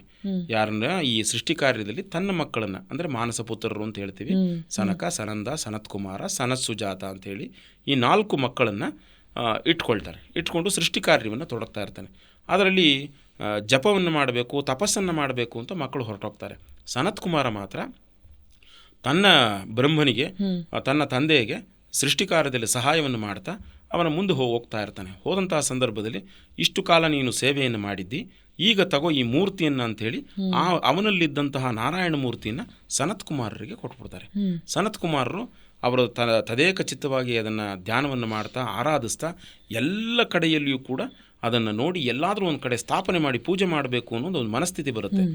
ಆ ಮನಸ್ಥಿತಿ ಬಂದಾಗ ಎಲ್ಲ ಕಡೆಯಲ್ಲೂ ನೋಡ್ತಾನೆ ಯಾವುದಿದೆ ಈ ಕ್ಷೇತ್ರಗಳಲ್ಲಿ ಅಂತ. ಅದು ಮೊದಲೇ ಶಾಂಡಿಲ್ಯ ಮಹರ್ಷಿಗಳು ತಪಸ್ಸನ್ನು ಮಾಡಿದಂಥ ಕ್ಷೇತ್ರ ಯಾವುದು, ಮೇಲ್ಕೋಟೆ. ಅಲ್ಲಿ ಮುಂದೆ ರಾಮ ಬರ್ತಾರೆ ಅನ್ನೋದು ಕೂಡ ಚೆನ್ನಾಗಿ ಗೊತ್ತಿರುತ್ತೆ ಅದು. ಹಾಗಾಗಿ ಅಂತಹ ಕ್ಷೇತ್ರದಲ್ಲಿ ಚಲುವನಾರಾಯಣ ಸ್ವಾಮಿಯ ಮೂಲ ಮೂರ್ತಿಯನ್ನು ಸ್ಥಾಪನೆಯನ್ನು ಮಾಡ್ತಾರೆ. ಯಾರು? ಸನತ್ಕುಮಾರರು. ಅದಾದ ಮೇಲೆ ಮತ್ತೆ ಬ್ರಹ್ಮನಿಗೆ ಯೋಚನೆ ಬರುತ್ತೆ, ನಾನಿವರಿಗೆ ಮೂರ್ತಿಯನ್ನು ಕೊಟ್ಬಿಟ್ಟಿದ್ದೇನಲ್ಲಪ್ಪ, ನನಗೇನು ಇಲ್ವಲ್ಲ, ನಾನೇನಾದರೂ ಒಂದು ಮೂರ್ತಿಯನ್ನು ತಗೋಬೇಕಲ್ಲ ಅಂಥೇಳಿ ಮತ್ತೆ ವಿಷ್ಣುವಿನನ್ನು ಪ್ರಾರ್ಥನೆ ಮಾಡ್ತಾನೆ. ಮತ್ತೆ ಒಂದು ಮೂರ್ತಿಯನ್ನು ಕೊಡ್ತಾನೆ. ಮತ್ತೆ ಇನ್ನು ಮೂರ್ತಿಯನ್ನು ಕೊಟ್ಟ ಮೇಲೆ ಆ ಮೂರ್ತಿಯನ್ನು ತದೇಕ ಚಿತ್ತದಲ್ಲಿ ಆರಾಧನೆ ಮಾಡ್ತಾನೆ. ಅದೇ ಮೇಲುಕೋಟೆಯ ಉತ್ಸವ ಮೂರ್ತಿ. ಅದು ಕೂಡ ವೈಕುಂಠದಿಂದನೇ ಬಂದದ್ದು. ವೈರಮುಡಿಯು ಕೂಡ ಸಾಕ್ಷಾತ್ ಶ್ರೀಮನ್ ನಾರಾಯಣನ ಕಿರೀಟವೇ. ಉತ್ಸವ ಮೂರ್ತಿ, ಮೂಲ ಮೂರ್ತಿ, ಕಿರೀಟ ಎಲ್ಲವೂ ಕೂಡ ವೈಕುಂಠದಿಂದನೇ ಬಂದದ್ದು. ಹಾಗಾಗಿ ಅದಕ್ಕೊಂದು ವಿಶೇಷವಾದಂಥ ಮಹತ್ವ ಇದೆ. ಆ ಮಹತ್ವವನ್ನು ನೋಡಿಕೊಂಡು ಮತ್ತೆ ಸೃಷ್ಟಿ ಕಾರ್ಯದಲ್ಲಿ ತೊಡಗಿದಂತಹ ಸಂದರ್ಭದಲ್ಲಿ ಆನಂತರ ಕೃತಿಯುಗ ಹೋಗಿ, ಸತ್ಯಯುಗ ಹೋಗಿ, ಸತ್ಯಯುಗ ಅಂತ ಹೇಳ್ತೀವಿ, ಅದನ್ನು ಕೃತಯುಗ ಅಂತ ಹೇಳ್ತೀವಿ, ಅದು ಹೋಗಿ ತ್ರೇತಾಯುಗ ಬರುತ್ತೆ. ತ್ರೇತಾಯುಗ ಬಂದಾಗ ರಾಮನ ಅವತಾರವಾಗುತ್ತೆ ಭೂಮಿ ಮೇಲೆ. ರಾಮನ ಅವತಾರವಾಗಿ ಅನಂತರ ಈ ವಿಭೀಷಣನ ಒಂದು ವಿಶೇಷವಾದಂತಹ ವಿಭೀಷಣನ ಒಂದು ಪ್ರಕರಣನೂ ಬರುತ್ತೆ. ಲಂಕಕ್ಕೆ ಅವನನ್ನು ಅಧಿಪತಿಯನ್ನಾಗಿ ಮಾಡಿದಾಗ ರಾಜ್ಯಕ್ಕೆ ಬಂದರೆ ಭಾರತಕ್ಕೆ ಬಂದು ಅಲ್ಲಿಂದ ಆ ಮೂರ್ತಿಯನ್ನು, ನಿನ್ನಲ್ಲಿರುವಂಥ ಶ್ರೀರಂಗ ಮೂರ್ತಿಯನ್ನು ನನಗೆ ಕೊಡುವಂಥ ರಾಮನಲ್ಲಿ ಕೇಳಿದಾಗ ಅವರ ಮೂರ್ತಿ ಆರಾಧ್ಯ ಮೂರ್ತಿ ಶ್ರೀರಂಗನಾಥನಾಗಿರ್ತಾನೆ. ಆನಂತರ ಶ್ರೀರಂಗ ಮೂರ್ತಿಯನ್ನು ತಗೊಂಡು ಆನಂತರ ಹೋಗೋಕ್ಕಾಗ್ದೇ ಇಲ್ಲೇ ಸ್ಥಾಪನೆಯನ್ನು ಮಾಡ್ತಾನೆ. ಅದು ಆ ಶ್ರೀರಂಗದ ಮಹತ್ವವನ್ನು ತಿಳಿಸುವಂಥ ಸಮಯ. ಆ ಶ್ರೀರಂಗ ಮೂರ್ತಿಯನ್ನು ನೀಡಿದ ಮೇಲೆ ಮತ್ತೆ ಇವನಿಗೆ ಮೂರ್ತಿ ಇಲ್ವಲ್ಲ ಅಂತ ಯೋಚನೆ ಮಾಡಿ ರಾಮ ಬ್ರಹ್ಮನ ಹತ್ರ ಇರುವಂಥ ಮೂರ್ತಿಯನ್ನು ತಗೊಂಡು ಅವನ ಆರಾಧನೆಯನ್ನು ಮಾಡ್ತಾನೆ. ಅವರ ಕುಟುಂಬದಲ್ಲಿ ಆರಾಧನೆ ಮಾಡಿ ಅದಕ್ಕೆ ಆ ಮೂರ್ತಿಗೆ ರಾಮಪ್ರಿಯ ಅಂತ ಹೆಸರು ಬಂತು. ಮೊದಲೇ ರಾಮ ಅಂತ ಹೇಳಿದ್ರೆ ರಾಮ ಅನ್ನೋ ಶಬ್ದವನ್ನು ಸುಂದರ ಅಂತ ಹೇಳೋದು ಅರ್ಥ. ಅದು ರಾಮ ಅನ್ನೋ ಶಬ್ದಕ್ಕೆ ಅರ್ಥ ಸುಂದರ ಅಂತ. ಅದೇ ಸುಂದರವೇ ಚಲುವನಾರಾಯಣ ಸ್ವಾಮಿ ಇರುತ್ತೆ. ಅದಕ್ಕೆ ಚಲುವ ಅಂತ ಹೇಳ್ತಾರೆ. ಆ ರಾಮಪ್ರಿಯ ಆದ ಮೇಲೆ ಮತ್ತೆ ಅವತಾರ ಘಟ್ಟದಲ್ಲಿ ಅವನ ಮೊಮ್ಮಗಳು, ಕುಶನ ಮೊಮ್ಮಗಳು ಕನಕಮಾಲಿನಿ ಅಂತೇಳಿ, ಕನಕಮಾಲಿನಿ ಯಾದವ ವಂಶಕ್ಕೆ ಬರ್ತಾಳೆ. ಆ ಯಾದವ ವಂಶಕ್ಕೆ ಬಂದಾಗ ಕೃಷ್ಣ ಅವತಾರವಾಗಿರುತ್ತೆ. ಕೃಷ್ಣನ ವಂಶಕ್ಕೆ ಬಂದ್ಬಿಡುತ್ತೆ ಅದು ದ್ವಾಪರ ಯುಗದಲ್ಲಿ. ಆ ಮೂರ್ತಿ ಏನಂತ ಹೇಳಿದ್ರೆ ಗಿಫ್ಟ್ ಅಂತ ಕೊಡ್ತೀವಲ್ಲವೇ ಈಗ ಮಹಿಳೆಯರ ಜೊತೆಲಿ ಹೋಗುವಂಥದ್ದಕ್ಕೆ, ಸೊಸೆಗಳ ಜೊತೆಲಿ, ಅಂದರೆ ಮಗಳನ್ನ ಕಳಿಸ್ಕೊಡ್ಬೇಕಾದ್ರೆ ಎಲ್ಲ ಐಶ್ವರ್ಯವನ್ನು ಕೊಡ್ತಾರೆ, ಮೂರ್ತಿಯನ್ನು ಕೊಡ್ತಾರೆ, ಏನು ಬೇಕಾದರೂ ಕೊಡ್ತಾ ಇರ್ತಾರಲ್ವ. ಆ ರೀತಿಯಾದಂತಹ ಮೂರ್ತಿಯನ್ನು ಕೂಡ ರಾಮಾವತಾರದಲ್ಲಿದ್ದಂತಹ ಸಂದರ್ಭದಲ್ಲಿ ಏನು ಆರಾಧನೆ ಮಾಡಿದ್ದೋ ಅದೇ ಮೂರ್ತಿಯನ್ನು ಕುಶನ ಮೊಮ್ಮಗಳು ಕನಕಮಾಲಿನಿ ಅವಳಿಂದ ಯದುವಂಶಕ್ಕೆ ಹೋಗುತ್ತೆ. ಯದುವಂಶ ಕೃಷ್ಣನಲ್ಲಿ, ಕೃಷ್ಣ ಅನೇಕ ದಿವಸಗಳಲ್ಲಿ ಪೂಜೆ ಮಾಡಿ ಆ ಮೂರ್ತಿಯನ್ನು ವಿಶೇಷವಾಗಿ ಆರಾಧನೆಯನ್ನು ಮಾಡ್ತಾನೆ. ಇವತ್ತಿಗೂ ಕೂಡ ಚಲುವನಾರಾಯಣ ಸ್ವಾಮಿ ದೇವಸ್ಥಾನದಲ್ಲಿ ಕೃಷ್ಣ ಅಷ್ಟೋತ್ತರವನ್ನೇ ಹೇಳುವಂಥದ್ದು, ಅಂದರೆ ರಾಮಪ್ರಿಯ ಅಂತ ಹೇಳುವಂಥದ್ದು, ಕೃಷ್ಣನ ಸಂಬಂಧ ಇರೋದಕ್ಕಾಗಿ ಕೃಷ್ಣ ಅಷ್ಟೋತ್ತರವನ್ನೇ ಹೇಳುವಂಥದ್ದು. ಆನಂತರ ಗೋಹತ್ಯಾ ದೋಷ ಬಂದು ಬಲರಾಮ ಎಲ್ಲ ಕ್ಷೇತ್ರಗಳಲ್ಲಿಯೂ ಪಾಪ ಕಳ್ಕೊಳ್ಳೋದಕ್ಕಾಗಿ ಬರ್ತಾನೆ, ತೀರ್ಥಕ್ಷೇತ್ರಗಳನ್ನು. ಆಗ ಮೇಲುಕೋಟೆಯಲ್ಲಿಯೂ ಕೂಡ ಸಂದರ್ಶನ ಮಾಡ್ತಾನೆ.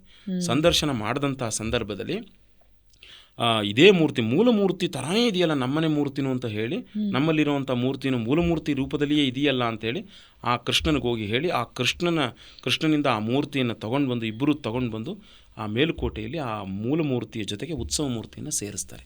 ಅದಕ್ಕೆ ಅವತ್ತು ಶೇರ್ತಿ ಸೇವೆ ಅಂತ ಹೇಳ್ತೀವಿ. ವೈರಮುಡಿಯಾದ 6ನೇ ದಿವಸದಲ್ಲಿ ಆ ಶೇರ್ತಿ ಸೇವೆಯನ್ನು ಇವತ್ತಿಗೂ ಮಾಡ್ತಾರೆ. ಮೂಲ ಮೂರ್ತಿಯ ಜೊತೆಗೆ ಉತ್ಸವ ಮೂರ್ತಿ ಹೋಗ್ತಾರೆ. ಅನಂತರ ಈ ರಾಮಾವತಾರದಲ್ಲಿ ರಾಮನ ಪಾದಸ್ಪರ್ಶ ಹೇಗಾಯಿತು ಅಂತ ಹೇಳಿದ್ರೆ, ರಾಮ ಅಯೋಧ್ಯೆಯಿಂದ ಶ್ರೀಲಂಕಕ್ಕೆ ಹೋಗಬೇಕಾದ್ರೆ ಮೇಲುಕೋಟೆಯನ್ನು ಪಾದಸ್ಪರ್ಶ ಮಾಡಿ ಅಲ್ಲಿ ನೀರಿನ ಬಾಯಾರಿಕೆ ಆಗುತ್ತೆ ಯಾರು, ಸೀತಾದೇವಿಗೆ. ಆಗ ಬಂಡೆಯಲ್ಲಿ ಬಾಣವನ್ನು ಬಿಟ್ಟು ಆ ನೀರನ್ನು ಬರೆಸ್ಕೊಡ್ತಾನೆ. ಅಲ್ಲೊಂದು ಉಲ್ಲೇಖ ಇದೆ, ಆ ಧನುಷ್ಕೋಟಿ ಅಂತ ಏನಿದೆ ಅಲ್ಲಿ ಉಲ್ಲೇಖ ಇದೆ, ನೀರನ್ನ ಸಿಕ್ಕಿದ ಜಾಗ, ಸೀತೆಗೆ ನೀರನ್ನ ಉಣಿಸಿದ ಜಾಗ ಅನ್ನೋದನ್ನು. ಅದನ್ನು ಆದ ಮೇಲೆ ಅಲ್ಲಿಯೇ ಒಂದು ಮ್ಯಾಪ್ ಹಾಕಿದ್ದಾರೆ. ಆ ಮ್ಯಾಪಲ್ಲೂ ಕೂಡ ರಾಮ ಅಯೋಧ್ಯೆಯಿಂದ ಹೊರಟು ಶ್ರೀಲಂಕಾಕ್ಕೆ ಹೋಗುವಂಥ ರೂಟ್ ಮ್ಯಾಪನ್ನು ಅಲ್ಲಿ ಹಾಕಿದ್ದಾರೆ. ಇವತ್ತಿಗೂ ಅದನ್ನು ಗಮನಿಸ್ಬೋದು. ಅದು ಸರ್ಕಾರದಿಂದನೇ ಹಾಕಿರುವಂಥದ್ದು ಮ್ಯಾಪು, ಅದನ್ನು ಗಮನಿಸ್ಬೋದು. ಅದು ಅಂದರೆ ರಾಮನ ಪಾದಸ್ಪರ್ಶವಾದಂಥ ಕ್ಷೇತ್ರ, ಕೃಷ್ಣ ಉತ್ಸವ ಮೂರ್ತಿಯನ್ನು ತಂದು ಸೇರಿಸಿದಂಥ ಕ್ಷೇತ್ರ, ಅಲ್ಲಿವರೆಗೂ ಚೆನ್ನಾಗಿದ್ದದ್ದು. ಆನಂತರ ಕಲಿಯುಗದ ಆರಂಭದಲ್ಲಿ ನಾಥಮುನಿಗಳ ಕಾಲ ಅಂತೇಳಿ ಹೇಳುವಂಥದ್ದು. ಆ ಸಂದರ್ಭದಲ್ಲಿ ನಾಥಮುನಿಗಳು ದರ್ಶನವನ್ನು ಮಾಡಿದ್ದಾರೆ. ಅದಾದ ಮೇಲೆ ಒಂದು 20 ವರ್ಷದಲ್ಲಿ ಅದು ಕಾಡಾಗಿ ಬೆಳೆದು ಬಿಡುತ್ತೆ. ಯಾರು ನೋಡ್ಕೊಳ್ಳೋದು ಇಲ್ಲದೇನೆ ಅದು ಕಾಡಾಗಿ ಬೆಳೆದು ಬಿಡುತ್ತೆ.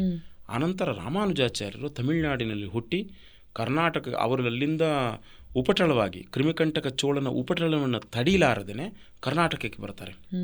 ಕರ್ನಾಟಕದ ಸತ್ಯಮಂಗಲದ ಮಾರ್ಗವಾಗಿ ಕರ್ನಾಟಕಕ್ಕೆ ಬಂದು ತೊಂಡನೂರಿನಲ್ಲಿದ್ದು, ತೊಂಡನೂರು ಜೈನ ರಾಜನಾಗಿರುವಂತಹ ಬಿಟ್ಟಿದೇವ ಅಂಥೇಳಿ ಅವನ ಆಳ್ವಿಕೆಯಲ್ಲಿ ಇರುತ್ತೆ. ಅವನ ಆಳ್ವಿಕೆಯಲ್ಲಿ ಅವರ ಮಗಳಿಗೆ ಬ್ರಹ್ಮಪಿಶಾಚಿಯ ಒಂದು ಏನು ಶಾಪ ತಗಲಿ ಆ ಬ್ರಹ್ಮಪಿಶಾಚಿಯಿಂದನೇ ಆವರಿಸ್ಕೊಂಡ್ಬಿಟ್ಟಿರ್ತಾಳೆ. ಅದನ್ನು ರಾಮಾನುಜಾಚಾರ್ಯರು ಬಂದು ಅದನ್ನು ಹೋಗಲಾಡಿಸಿ ಆ ಮಂತ್ರ ಸಿದ್ಧಾಂತದಿಂದಲೇ ಮಂತ್ರವತ್ತಾಗಿ ಜಪ ಮಾಡಿ ನಾರಾಯಣನಲ್ಲಿ ಬೇಡಿ ಅವರ ಪಾಪವನ್ನು ನಿವೃತ್ತಿ ಮಾಡೋದಕ್ಕಾಗಿ ಆ ಪ್ರೋಕ್ಷಣೆಯನ್ನು ಮಾಡಿ ಆ ಬ್ರಹ್ಮಪಿಶಾಚಿಯತ್ವವನ್ನು ನಿವೃತ್ತಿ ಮಾಡ್ತಾರೆ. ಅದನ್ನು ಕಂಡು ಬಿಟ್ಟಿದೇವ ತನ್ನ ಹೆಸರನ್ನು ವಿಷ್ಣುವಿನ ದಾಸನಾಗಿ ಇಟ್ಕೋಬೇಕು ಅಂಥೇಳಿ ವಿಷ್ಣುವರ್ಧನ ಅಂಥೇಳಿ ಅದರ ನಾಮವನ್ನು ಬದಲಾಯಿಸಿಕೊಂಡು ಆನಂತರ ರಾಮಾನುಜಾಚಾರ್ಯರ ಅಡಿದಾವರೆಗಳಲ್ಲಿ ಇದ್ದು, ಆನಂತರ ಅವರ ಒಂದು ಅಣತಿಯಂತೆ ತೊಂಡನೂರಿನಲ್ಲಿಯೇ ತಂಗುತ್ತಾರೆ. ತಂಗದ ಮೇಲೆ ಅವರಿಗೆ ನಾಮ ಹಾಕ್ಕೊಳ್ಳೋಕ್ಕೆ ಸಿಗಲ್ಲ. ಅಂದರೆ ನಾವು ಈಗ ಉರ್ದು ಪುಂಡ್ರ ಹಾಕ್ಕೊಂಡಿದ್ದೀವಲ್ಲ, ಈ ನಾಮ ಹಾಕ್ಕೊಳ್ಳೋದಕ್ಕೆ ಸಿಗಲ್ಲ ಅವ್ರಿಗೆ. ರಾತ್ರಿ ಪೂರ್ತಿ ಯೋಚನೆಯನ್ನು ಮಾಡಿ ಏನು ಹಿಂಗಾಗೋಯ್ತಲ್ಲ ಅಂದರೆ ನಾವು ನಾಮ ಹಾಕ್ಕೊಳ್ಳೋದನ್ನೇ ಪ್ರಸಾದವನ್ನು ತಗೊಳ್ಳೋದಿಲ್ಲ. ಹಾಗಾಗಿ ಆವತ್ತಿನ ಕಾಲದಲ್ಲಿ ಇನ್ನೂ ತುಂಬ ಶ್ರದ್ಧೆ ಇದ್ದಂತಹ ಕಾಲ. ಆ ಸಂದರ್ಭದಲ್ಲಿ ಅವರು ಊಟ ಮಾಡೋದಿಲ್ಲ, ರಾತ್ರಿಯೆಲ್ಲ ಹಾಗೆ ಮಲ್ಕೊಳ್ತಾರೆ. ಆಗ ತಿರುನಾರಾಯಣ ಸ್ವಾಮಿ, ಚೆಲುವನಾರಾಯಣ ಸ್ವಾಮಿ ಅವರ ಕನಸಿನಲ್ಲಿ ಬಂದು, ನಾನಿಲ್ಲಿದ್ದೀನಿ, ನಾನು ಹುತ್ತದಲ್ಲಿದ್ದೀನಿ, ನನ್ನನ್ನು ಬಂದು ನೋಡು, ನಿನಗೆ ಇಲ್ಲೆಲ್ಲ ನಾಮ ಇದೆ ಅಂಥೇಳಿ. ಅದಕ್ಕೆ ಶ್ವೇತ ಮೃತ್ತಿಕಾ ಅಂಥೇಳಿ. ಈಗ ಉದಾಹರಣೆಗೆ ಭಾರತ ಭೂಮಿಯಲ್ಲಿ 21 ಥರ ಮಣ್ಣುಗಳಿವೆ. ಆ ಮಣ್ಣುಗಳು ಒಂದೊಂದು ಮಣ್ಣುಗಳಲ್ಲಿ ಒಂದೊಂದು ರೀತಿಯಾದಂಥ ಪಾದಸ್ಪರ್ಶವನ್ನು ಮಾಡಿದ್ರೆ ಅವ್ರಿಗೆ ಆರೋಗ್ಯ ಇರುತ್ತೆ ಅಂತ, ಅದಕ್ಕೋಸ್ಕರನೇ ದೇಶ ಸುತ್ತಿ ನೋಡು ಅನ್ನೋದಕ್ಕೆ ಹೇಳ್ತಾ ಇದ್ರು. ಆ ಒಂದು ಮಣ್ಣಿನ ವಿಷಯ, ಕೆಂಪು ಮಣ್ಣು, ಬಿಳಿಯ ಮಣ್ಣು, ಕಪ್ಪು ಮಣ್ಣು, ಕಪ್ಪು ಮಿಶ್ರಿತ ಬಿಳಿಯ ಮಣ್ಣು, ಈ ರೀತಿ ಎಲ್ಲ ಮಣ್ಣುಗಳಿವೆ. ಆ ಮಣ್ಣುಗಳಲ್ಲಿ ಪಾದಸ್ಪರ್ಶವಾಗಿ ಮತ್ತು ಅಲ್ಲಿ ಬೆಳೆದಂಥ ಆಹಾರವನ್ನು ತಗೊಂಡ್ರೆ ಅವರಿಗೆ ಯಾವ್ಯಾವ ನೀವೇನು ಡಿಫಿಷಿಯನ್ಸಿ ಅಂತ ಹೇಳ್ತಿರಲ್ಲ, ಅಂದರೆ ಯಾವ್ಯಾವುದು ವಿಟಮಿನ್ಸ್ ಎಲ್ಲ ಬೇಕು ಅಂತ ಹೇಳ್ತಿರಲ್ಲ, ಆ ವಿಟಮಿನ್ಸ್ ಎಲ್ಲ ಅಲ್ಲಿ ಸಿಗ್ತಾ ಇತ್ತು. ಹಾಗಾಗಿ ರಾಮಾನುಜಾಚಾರ್ಯರು ಬಂದು ಆನಂತರ ಆ ಹುತ್ತದಿಂದೆಲ್ಲ ಕರಗಿಸಿ ಅವ್ರನ್ನ ಅನೇಕ ಗೋವುಗಳಿಂದ ಕರೆದಂಥ ಹಾಲುಗಳನ್ನು ಆ ಹುತ್ತಕ್ಕೆ ಸುರಿದು ಅನಂತರ ವಿಷ್ಣುವರ್ಧನನಿಂದ ಆ ದೇವಸ್ಥಾನವನ್ನು ಕಟ್ಟಿಸಿ ಅನಂತರ ಆ ಪೂಜೆಗೊಳ್ಳುವಂಥ ವ್ಯವಸ್ಥೆಯನ್ನು ಮಾಡಿದ್ರು. ಅಲ್ಲಿಗೆ ಆ ವಿಷ್ಣುವರ್ಧನನ ಸಹಾಯದಿಂದ ಜೀರ್ಣೋದ್ಧಾರ ಮಾಡಿದಂತಹ ದಿವಸದಿಂದ ಇವತ್ತಿಗೆ ಲೆಕ್ಕ ಹಾಕ್ಕೊಂಡ್ರೆ 1000 ವರ್ಷ ಆಗಿದೆ. ಅದಕ್ಕೆ 1000 ವರ್ಷದ ದಾಖಲೆಗಳಲ್ಲಿ ನಮಗದು ಸಿಗುತ್ತೆ.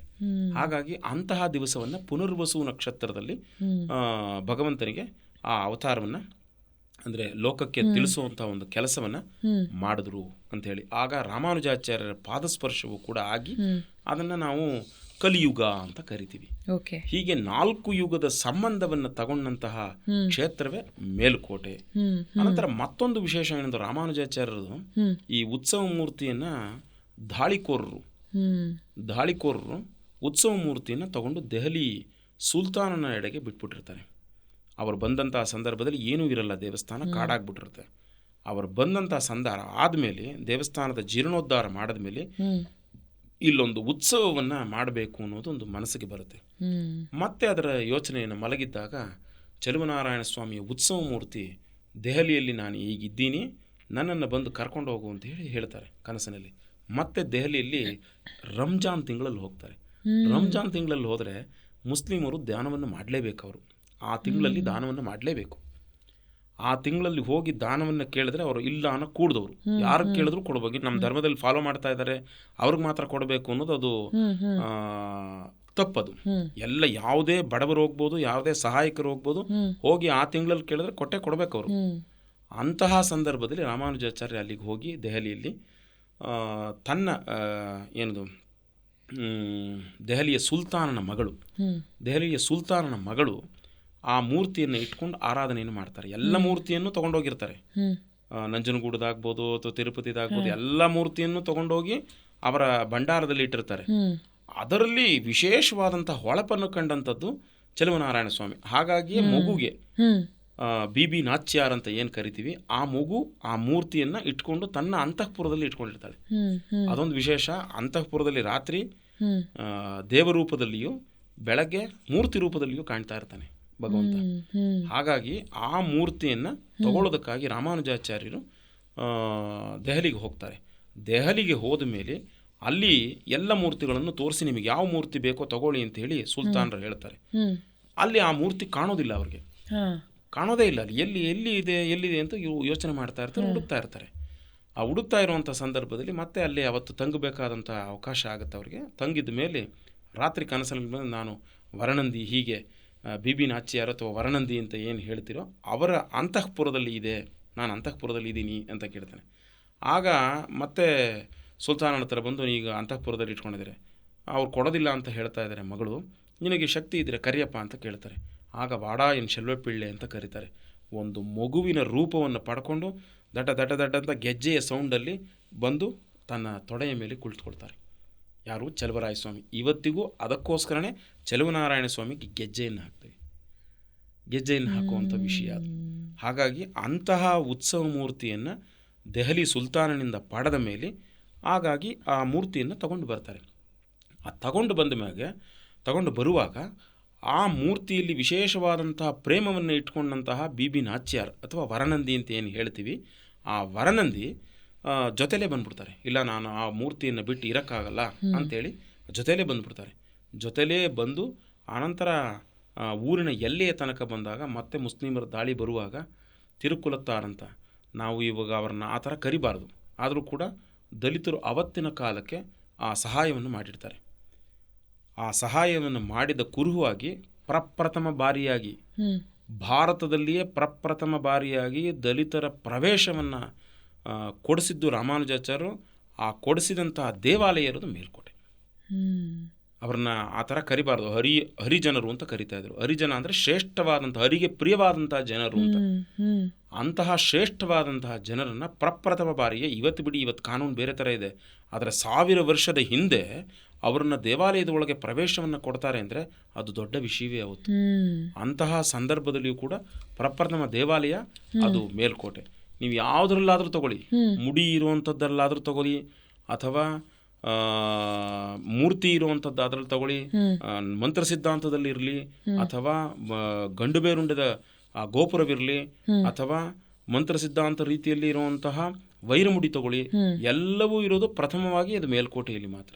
ಅದಕ್ಕೋಸ್ಕರನೇ ರಾಮಾನುಜಾಚಾರ್ಯನು ಕೂಡ ಕಂಡು ಅವ್ರಿಗೆ ವಿಶೇಷವಾದಂಥ ಕ್ಷೇತ್ರ ಇದೆ, ಆ ಕ್ಷೇತ್ರವೇ ಮೇಲುಕೋಟೆ, ಇದನ್ನು ಪ್ರತಿನಿತ್ಯ ನೆನೆಸ್ಕೋಬೇಕು ದಿನ ಎಲ್ಲರೂ ಕೂಡ ಅಂತ ಹೇಳಿ ಮೇಲ್ಕೋಟೆಯಲ್ಲಿ ವಿಶೇಷ ಸ್ಥಾನಮಾನವನ್ನು ಇರಿಸಿ ಮೇಲ್ಕೋಟೆಯಲ್ಲಿ ಒಂದು ದಿವಸವಾದರೂ ಇರಬೇಕು ಅನ್ನೋ ಒಂದು ಅಣತೆಯನ್ನು ನೀಡಿದ್ದು ಅದೇ ಕ್ಷೇತ್ರ. ಆ ಕ್ಷೇತ್ರದಲ್ಲಿ ಬಂದ ಮೇಲೆ ಮತ್ತೆ ಆ ಒಳಗಡೆ ಬರೋಕ್ಕಾಗಲ್ಲ. ಆ ಸಂದರ್ಭದಲ್ಲಿ ವರನಂದಿಗೆ ಅಲ್ಲೇ ಊರಿನ ಹೊರಗಿನ ದೇವತೆಯಾಗಿ ಅಲ್ಲೇ ನೆಲೆ ನಿಲ್ತಾಳೆ. ಆ ಹೊರಗಿನ ಅಮ್ಮನ ದೇವಸ್ಥಾನದ ಜಾತ್ರೆ ಅಂತ ಇವತ್ತಿಗೂ ಕೂಡ ನಡೆಯುತ್ತೆ. ಅದು ಅವ್ರಿಗೆ ವಿಶೇಷವಾದಂಥ ನ್ಯಾಮನಹಳ್ಳಿ ಅಥವಾ ಕದಲಿಗೆರೆ ಅಥವಾ ಅಲ್ಲಿ ಸುತ್ತಮುತ್ತಲಿನ ಕಾಡಿನಲ್ಲಿ ಈ ಥರದ ಜನಗಳೆಲ್ಲ ಸೇರಿ ಆ ಉತ್ಸವವನ್ನು ಮಾಡ್ತಾರೆ ಇವತ್ತಿಗೂ. ಅದು ಮುಸ್ಲಿಂ ವೇಷಧಾರಿಯಾಗಿಯೂ ಮತ್ತು ಹಿಂದೂ ಧರ್ಮದ ಪ್ರತೀಕವಾಗಿ ಎರಡನ್ನೂ ಸೇರಿಸಿ ಅಲ್ಲಿ ಉತ್ಸವವನ್ನು ಮಾಡ್ತಾರೆ. ಅನಂತರ ರಾಮಾನುಜಾಚಾರ್ಯರು ಬಂದು ಉತ್ಸವ ಮೂರ್ತಿಯನ್ನು ಮೂಲ ಮೂರ್ತಿಗೆ ಸೇರಿಸಿ ಒಂದು ಉತ್ಸವವನ್ನು ನಡೆಸ್ತಾರೆ. ಅವರ ಸನ್ನಿಧಿಯ ಮುಂಭಾಗದಲ್ಲಿಯೇ ನಿಲ್ಲಿಸಿ ಉತ್ಸವವನ್ನು ನಡೆಸ್ತಾರೆ. ರಾಮಾನುಜಾಚಾರ್ಯರು 4 ಯುಗದಲ್ಲಿಯೂ ಕೂಡ ಬಲರಾಮನಾಗಿ, ಅನಂತರ ಲಕ್ಷ್ಮಣನಾಗಿ, ಆದಿಶೇಷನ ರೂಪವಾಗಿ ಮತ್ತು ಕಲಿಯುಗದಲ್ಲಿ ರಾಮಾನುಜರಾಗಿ ಅವತಾರ ಮಾಡ್ತಾರೆ. ಆ ಲಕ್ಷ್ಮಣನಾಗಿ ಅವತಾರ ಮಾಡಿದಂಥ ಸಂದರ್ಭದಲ್ಲಿ ರಾಮನಿಗೆ ಪಟ್ಟಾಭಿಷೇಕವಾಗುವಂಥದ್ದು ಪುಷ್ಯ ನಕ್ಷತ್ರದಲ್ಲಿ ಗುರುತಿಸಿರ್ತಾರೆ.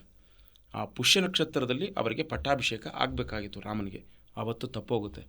ಅದನ್ನು ಮನಸ್ಸಿನಲ್ಲಿ ಇಟ್ಕೊಂಡು ಅದೇ ಪುಷ್ಯ ನಕ್ಷತ್ರದ ದಿವಸ ಮೇಲುಕೋಟೆಯಲ್ಲಿ ವೈರಮುಡಿಯನ್ನು ರಾಮಪ್ರಿಯನಿಗೆ, ಅಂದರೆ ರಾಮನಿಗೆ ಪ್ರಿಯವಾದಂತಹ ಮೂರ್ತಿ ಏನಿದೆ, ರಾಮನಿಗೆ ಧಾರಣೆ ಮಾಡ್ತಾ ಇದ್ದೀನಿ ಅಂತ ಆ ಮೂರ್ತಿಗೆ ವೈರಮುಡಿಯನ್ನು ಧಾರಣೆ ಮಾಡಿಸ್ತಾರೆ. ಅದೇ ಅದ್ಭುತವಾದಂಥ ದಿವಸ ಅದು. ಅದನ್ನೇ ಪುಷ್ಯ ನಕ್ಷತ್ರದ ದಿವಸ ಆ ವೈರಮುಡಿ ಧಾರಣೆ ಆಗುತ್ತೆ. ಅದು ರಾಮಾನುಜಾಚಾರ್ಯರೇ ಇದ್ದು ನಿಂತು ಅವತ್ತು ಪಟ್ಟಾಭಿಷೇಕ ಆಗಲಿಲ್ವಲ್ಲ, ಆ ಕೊರೆ ಇದೆಯಲ್ಲ, ಆ ಕೊರೆಯನ್ನು ನಿವೃತ್ತಿಗಾಗಿ ಆ ಪುಷ್ಯ ನಕ್ಷತ್ರದಿಂದ ಆ ವೈರಮುಡಿನ ಧಾರಣೆ ಮಾಡ್ತಾರೆ. ಅದು ವಿಶೇಷ. ಸಾಧಾರಣವಾಗಿ ಭೂಮಂಡಲದ ರಾಜರಿಗೆ ಅಂದರೆ ರಾಜಮಹಾರಾಜರಿಗೆ ಕಿರೀಟವನ್ನು ಧಾರಣೆ ಮಾಡ್ತಾರೆ. ಈ ಎಲ್ಲ ದೇವರ ಕಿರೀಟಗಳು ಕೂಡ ಈ ರೀತಿ ಅಂದರೆ ನೆಟ್ಟಿಗೆ ಇರುವಂಥದ್ದು ಇರ್ತದೆ. ಆದರೆ ಇದು ಮಾತ್ರ ಗುಂಡಿಗಿದೆ. ಯಾಕೆ ಗುಂಡಿಗಿದೆ? ನಾವಿಷ್ಣು ಪೃಥಿವೀಪತಿ ಅಂತೆ ಈ ನಿಮಗೆ ಮಹಾರಾಜರು ಅಲ್ಲಲ್ಲಿಯೇ ಸಿಗ್ತಾರೆ, ಚಕ್ರವರ್ತಿಗಳು ಸಿಗೋದಿಲ್ಲ. ಆದರೆ ರಾಮ ಚಕ್ರವರ್ತಿ ಆಗಿದ್ದ. ಆ ಚಕ್ರವರ್ತಿಗೆ ಯಾವ ಮುಡಿ ಧಾರಣೆ ಆಗಬೇಕೋ ಆ ಮುಡಿಯನ್ನೇ, ಆ ಕಿರೀಟವನ್ನೇ ಚಲುವನಾರಾಯಣ ಸ್ವಾಮಿಗೆ ಧಾರಣೆ ಮಾಡ್ತಾರೆ. ಅದೇ ಅದರ ವಿಶಿಷ್ಟ. ಅದಕ್ಕಾಗಿಯೇ ಚಲುವನಾರಾಯಣ ಸ್ವಾಮಿಯ ವಿಶೇಷವಾದಂಥ ಉತ್ಸವ ಚೆನ್ನಾಗಿ ನಡೆಯುತ್ತೆ. ನೀವು ಭಾರತದಲ್ಲಿ ಇನ್ನೊಂದು ಗಮನಿಸ್ಬೋದು, ಎಲ್ಲ ದೇವಾಲಯಗಳಲ್ಲಿಯೂ ಕೂಡ ರಥೋತ್ಸವಕ್ಕೆ ಇಂಪಾರ್ಟೆಂಟನ್ನು ಕೊಟ್ಟಿರ್ತಾರೆ. ರಥೋತ್ಸವದ ದಿವಸವೇ ಎಲ್ಲ ಜನಗಳು ಸೇರಿಕೊಂಡು ಪುನರ್ಜನ್ಮ ನವಿದ್ಯತೆ ಕೇಶವನ್ ದೃಷ್ಟಾತ, ರಥದಲ್ಲಿ ಕುಳಿತಿರುವಂತಹ ಕೇಶವನನ್ನು ದರ್ಶನ ಮಾಡಿ ಪುನರ್ಜನ್ಮವನ್ನು ಕಳ್ಕೋಬೇಕು ಅನ್ನೋದಕ್ಕಾಗಿ ಬಹುತೇಕ ಎಲ್ಲ ಜನರು ರಥೋತ್ಸವಕ್ಕೆ ಹೋಗ್ತಾರೆ. ಅವರು ಹಣ್ಣು ಜವನಗಳನ್ನು ಎಸೆಯುವಂಥದ್ದು, ಅವರ ತೃಪ್ತಿಯಾದಂಥ ಕೆಲಸಗಳನ್ನು ಅಲ್ಲಿ ಮಾಡ್ತಾರೆ.